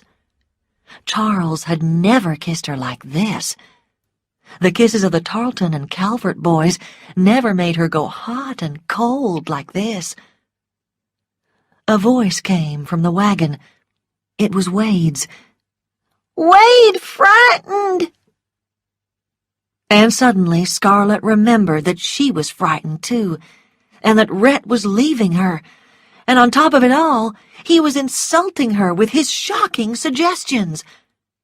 She pulled herself away from him. "You coward!" she screamed. You nasty, horrible thing!" And she hit him across the mouth with all her strength. He put a hand to his face. "I see," he said quietly. "Go on!" cried Scarlet. "I don't want to see you ever again! I hope a shell lands right on you! I hope it blows you into 1,000,000 pieces! I hope—" "Never mind the rest," said Rhett, smiling. "I understand your general idea." He walked back to the wagon. "Mrs. Wilkes?" Prissy's frightened voice answered from the wagon. "Miss Melanie fainted a long way back, Captain Butler." "That's probably best," he said. "If she was awake, I doubt that she could live through all the pain. Take good care of her, Prissy." He turned round. "Goodbye, Scarlet." Scarlet knew he was looking at her, but she did not speak. She saw his big shoulders moving in the dark. Then he was gone. She came slowly back to the wagon, her knees shaking. She put her head against the neck of the horse and cried. Chapter 10. Home. Many times on that journey, Scarlet heard soldiers coming, and had to hide the wagon in fields among the trees, then wait while the men went past like ghosts in the darkness. She lost her way and cried when she could not find the little wagon path she knew so well. But a few miles after she found it, the horse dropped to its knees, too tired to go any further. Scarlet climbed into the back of the wagon, heard Melanie whisper, "Scarlet, can I have some water, please?" and heard herself answer, "There isn't any," before she went to sleep. When she woke, the sun was pouring through the trees, and everything was silent. She sat up and looked round quickly, but there were no soldiers anywhere. In the wagon, Melanie lay so still and white that at first Scarlet thought she must be dead, but then she saw Melanie's shallow breathing. They were under some trees in someone's front garden, Scarlet noticed. "It's the Mallory place," she thought, excited at the thought of friends and help. But the stillness of death lay over the plantation, and when she looked towards the house, there were only some smoke-blackened stones left. "Is this what Tara will be like?" she thought. She woke Prissy, then looked over and saw that Melanie's eyes were open. Scarlet found some apples under the trees, then got some water from a stream near the house. They all had a drink. Then Scarlet gave the rest of the water to the horse. The animal was on its feet again, but it was very old, she saw now. They were 15 miles from Tara, but the horse moved so slowly it took all day to travel there. Every empty, burned-out house they passed frightened Scarlet more. There were dead men and dead horses lying by the road, and the fields and trees seemed full of ghosts in the afternoon sun. There was a sudden noise, and Prissy screamed loudly. But it was only a cow coming from behind some trees. The animal looked at them with large, frightened eyes. "She needs milking," said Prissy. "It must be one of Mr. McIntosh's that the Yankees didn't get," said Scarlet. "We'll take it with us. Then we can have some milk for the baby." It was evening when they reached the top of a hill and went down through the line of trees that led to Tara. Was it there? Or was the darkness hiding just a few smoke-blackened stones like the Mackintosh place? But no, Tara had escaped. It was there. The white walls showed through the darkness. Then Scarlet saw a shadow come from inside the house. Someone was home. A shout of delight started in her throat, but died there. The shadow did not move or call to her, but stiffly and slowly came down the steps. "Pa?" she whispered. "It's me, Scarlet. I've come home." Her father looked at her. "Daughter?" he said. "Daughter." He's an old man, thought Scarlet, shocked. A baby's cry came from the wagon, and Gerald looked across. "It's Melanie and her baby," whispered Scarlet. "She's very ill. I brought her home." Gerald went to the wagon, straightening his shoulders. "Cousin Melanie," he said. 12 Oaks is burned. You must stay with us." "We must carry her," said Scarlet. "She can't walk." Another person came from the house. It was Pork, Gerald's personal slave. He ran down the steps. "Miss Scarlet!" Scarlet caught him by the arms and felt his tears on her hands as he held them. Glad you're back," he cried. It was Pork who carried Melanie indoors. Prissy took the baby. Wade followed them up the steps into the house. Scarlet caught her father's arm before he could follow too. "Did they get well, Pa?" she said. "The girls are getting better," he said. "Your mother—"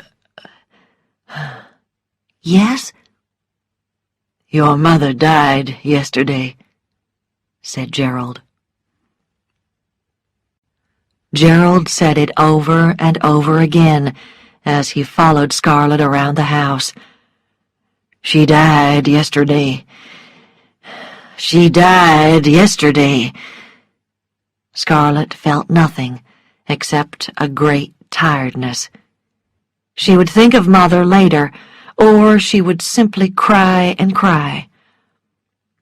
Later, when she was alone with her father, she asked, "Why didn't the Yankees burn Tara?" "They used the house for offices," said Gerald. "Yankees? In this house?" The thought made her feel sick. "They were, daughter," said Gerald.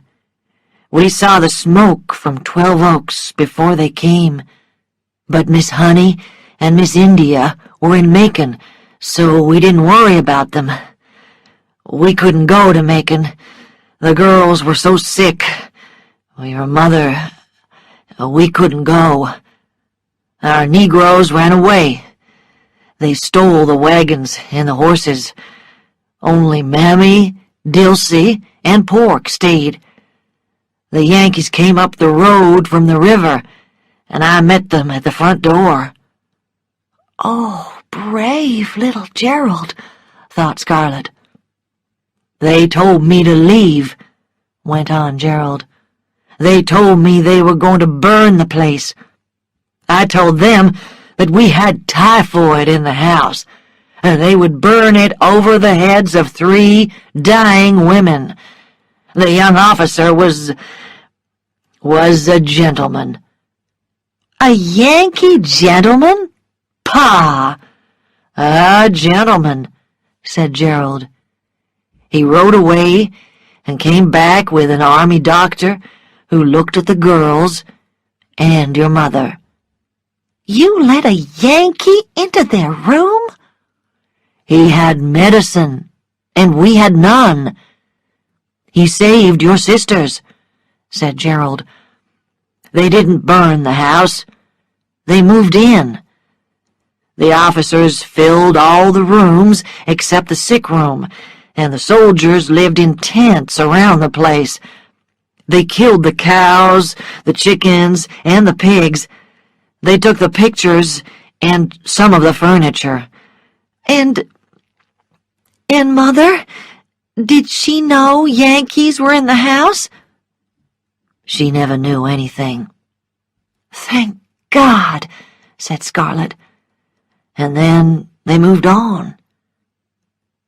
He was silent for a long time, and then he held her hand. I'm glad you're home, he said simply.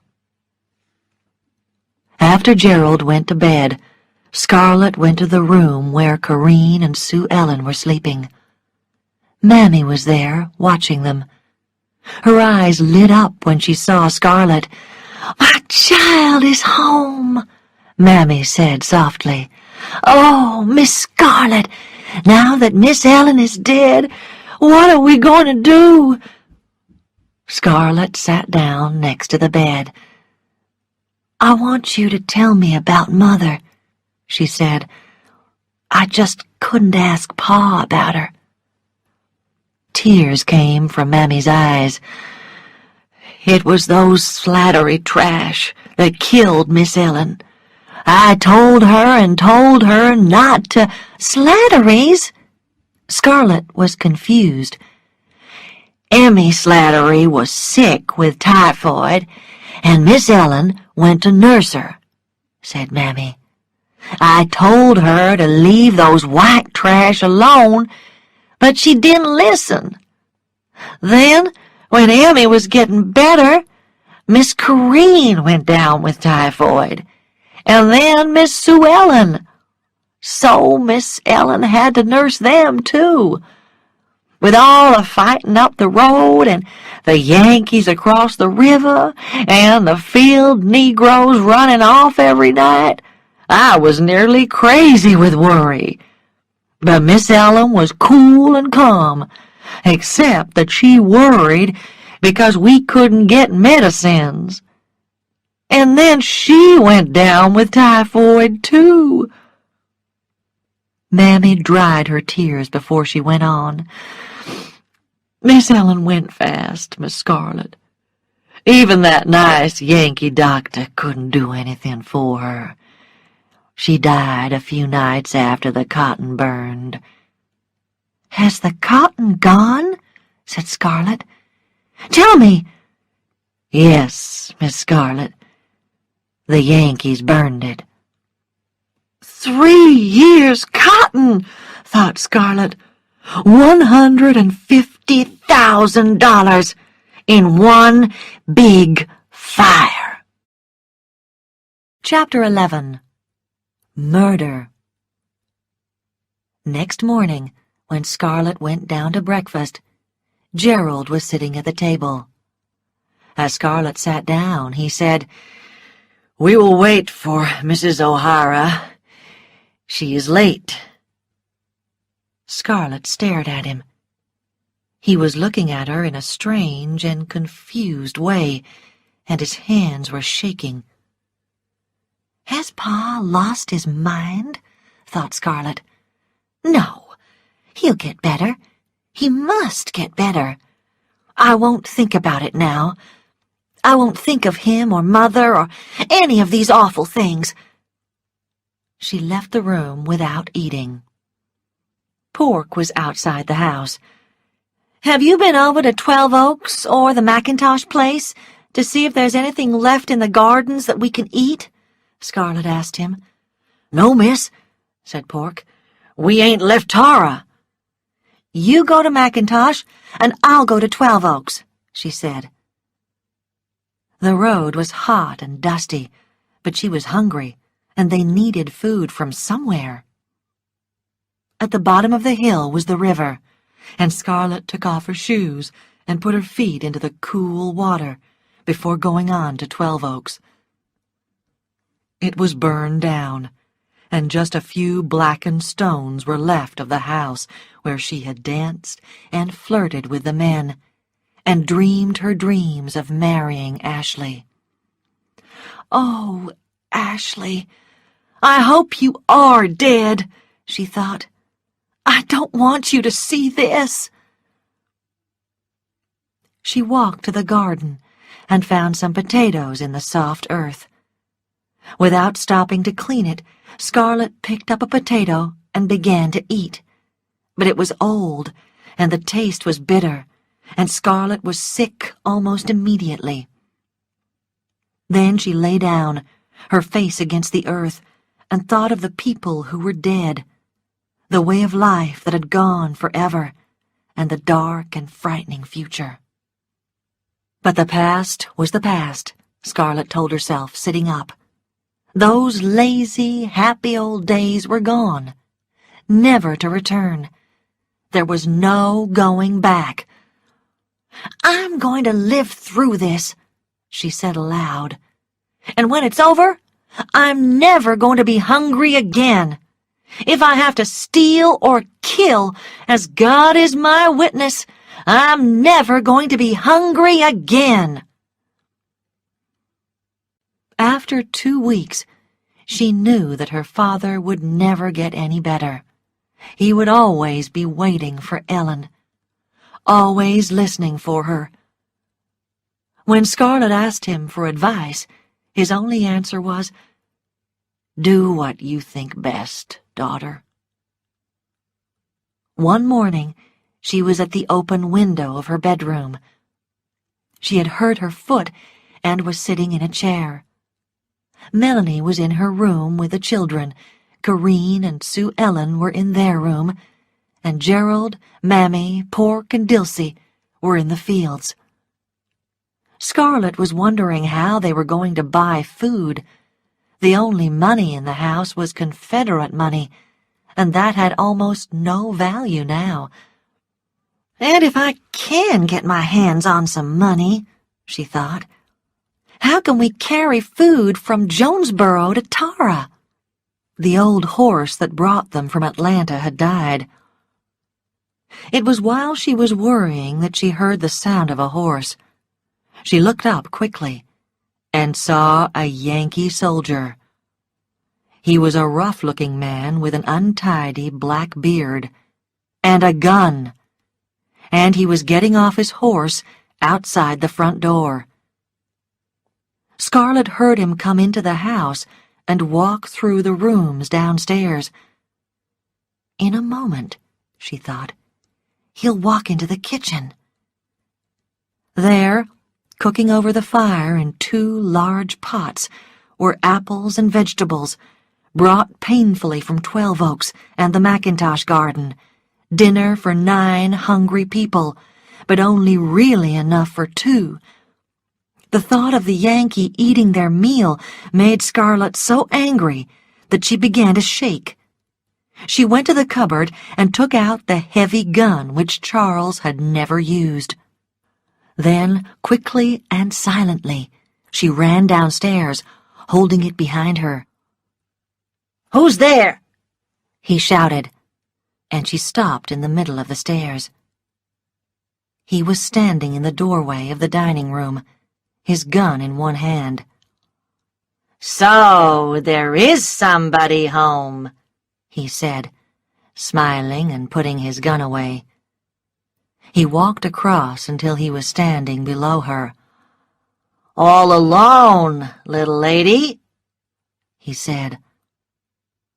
Before he could move again, Scarlet lifted her gun and shot him in the face. The noise filled her ears, and the man crashed backwards onto the floor. Scarlet ran down and stood over him, looking into what was left of his face. As she looked, 2 streams of blood ran across the floor, one from his face and one from the back of his head. He was dead. She had killed a man. Murder, she thought. I've done murder. Oh, this can't be happening to me. A sound behind her made Scarlet turn round. Melanie, wearing only a nightdress, was coming down the stairs. She saw the dead Yankee, then smiled proudly at Scarlet. She's like me, thought Scarlet. She would do the same thing. "Scarlet! Scarlet!" cried the frightened voices of her sisters. Then Wade began to scream. Melanie climbed back up the stairs and opened the door of the girl's room. "Don't be frightened," she said, laughing. "Your sister was trying to clean Charles's gun, and it went off and nearly frightened her to death. Wade, your mother just shot your dear pa's gun. When you get older, she'll let you shoot it too." What a cool liar, thought Scarlet. I couldn't think that quickly, but why did she lie? They've got to know I've done it. Melanie came back downstairs, although she was weak and in pain. "Scarlet, we must get him out of here," she said. "He may not be alone, and if more soldiers come and find him—" "He must be alone," said Scarlet. "I didn't see any others from the upstairs window." "Well, no one must know about it," said Melanie. "The Negroes might talk, and then they'll come and get you. We must hide him before they come back." "I could dig a hole in the corner of the garden and put him in it," said Scarlet. "But how will I get him there?" "We'll each take a leg and pull him," said Melanie. "You couldn't pull a cat. You'll kill yourself." "All right," said Melanie. "You pull him out, and I'll clean up the mess. But can't we go through his bag and his pockets first? He might have something to eat." Scarlet found a wallet inside his coat. It was full of money, United States money as well as Confederate money, and one $10 gold coin and two $5 gold coins. Melanie found some coffee in the bag, and there were rings and other small pieces of jewelry in his pockets. "A thief," whispered Melanie. "He stole all this. I'm glad you killed him, Scarlet." No one asked where the horse came from. They were just pleased to have him. The Yankee lay covered in the hole in the corner of the garden. No ghost came to frighten Scarlet during the long nights when she lay awake afterwards.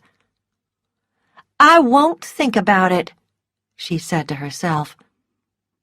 But whenever she had to do something difficult after this, she thought, "I've done murder, so I can do this."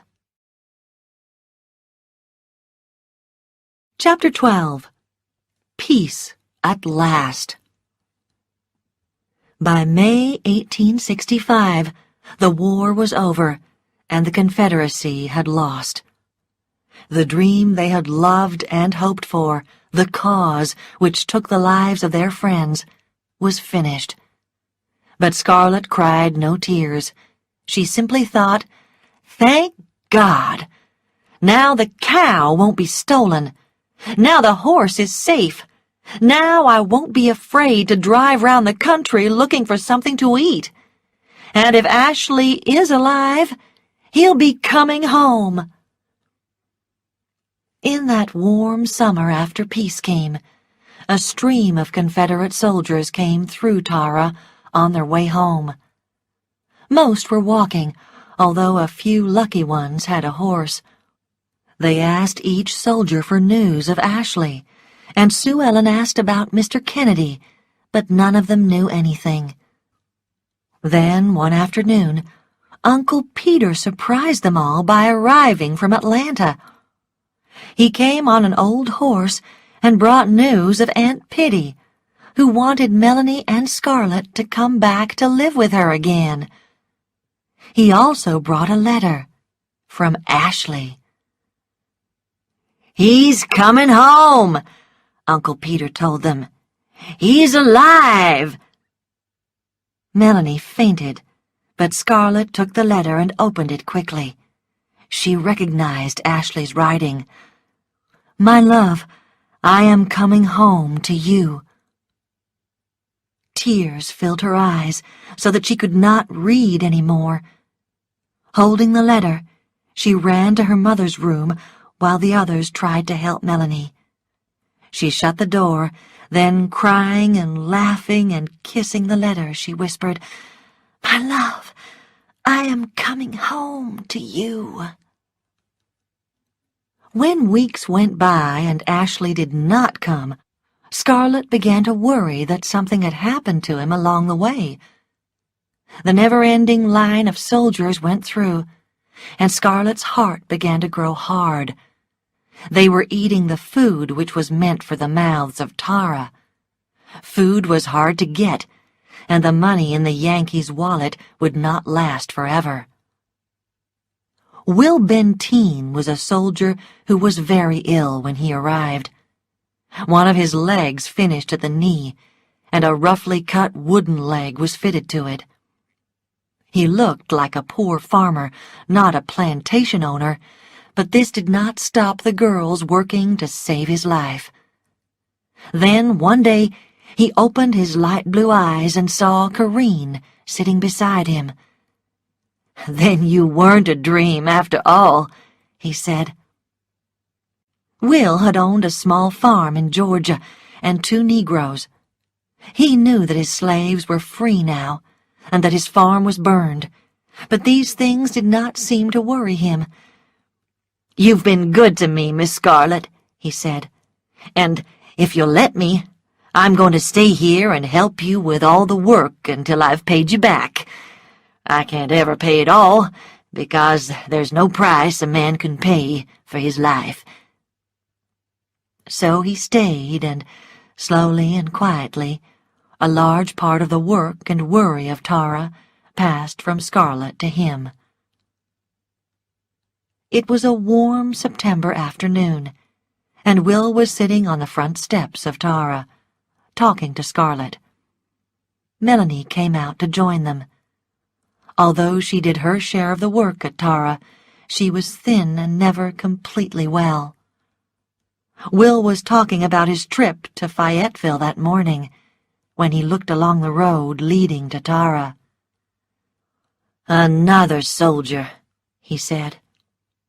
Scarlett looked and saw a man with a beard, wearing the usual gray and blue uniform, which was dusty and torn. "Oh, I hope he isn't very hungry," she said. "He'll be hungry," said Will. Melanie stood up. "I'll tell Dilsey to—" She stopped so suddenly that Scarlett turned to look at her. Melanie's hand was at her throat, and her face was white. "She's going to faint," thought Scarlett, jumping to her feet. But Melanie was running down the steps, her arms stretching out towards the soldier. And then Scarlett knew the truth. The man lifted his face and looked towards the house, as if he was too tired to take another step. Melanie, crying out, threw herself into his arms. Scarlett took 2 steps forward, but Will stopped her. "Don't spoil it," he said quietly. "Let me go, you fool! Let me go! It's Ashley!" Will held her. "He's her husband, ain't he?" he said calmly.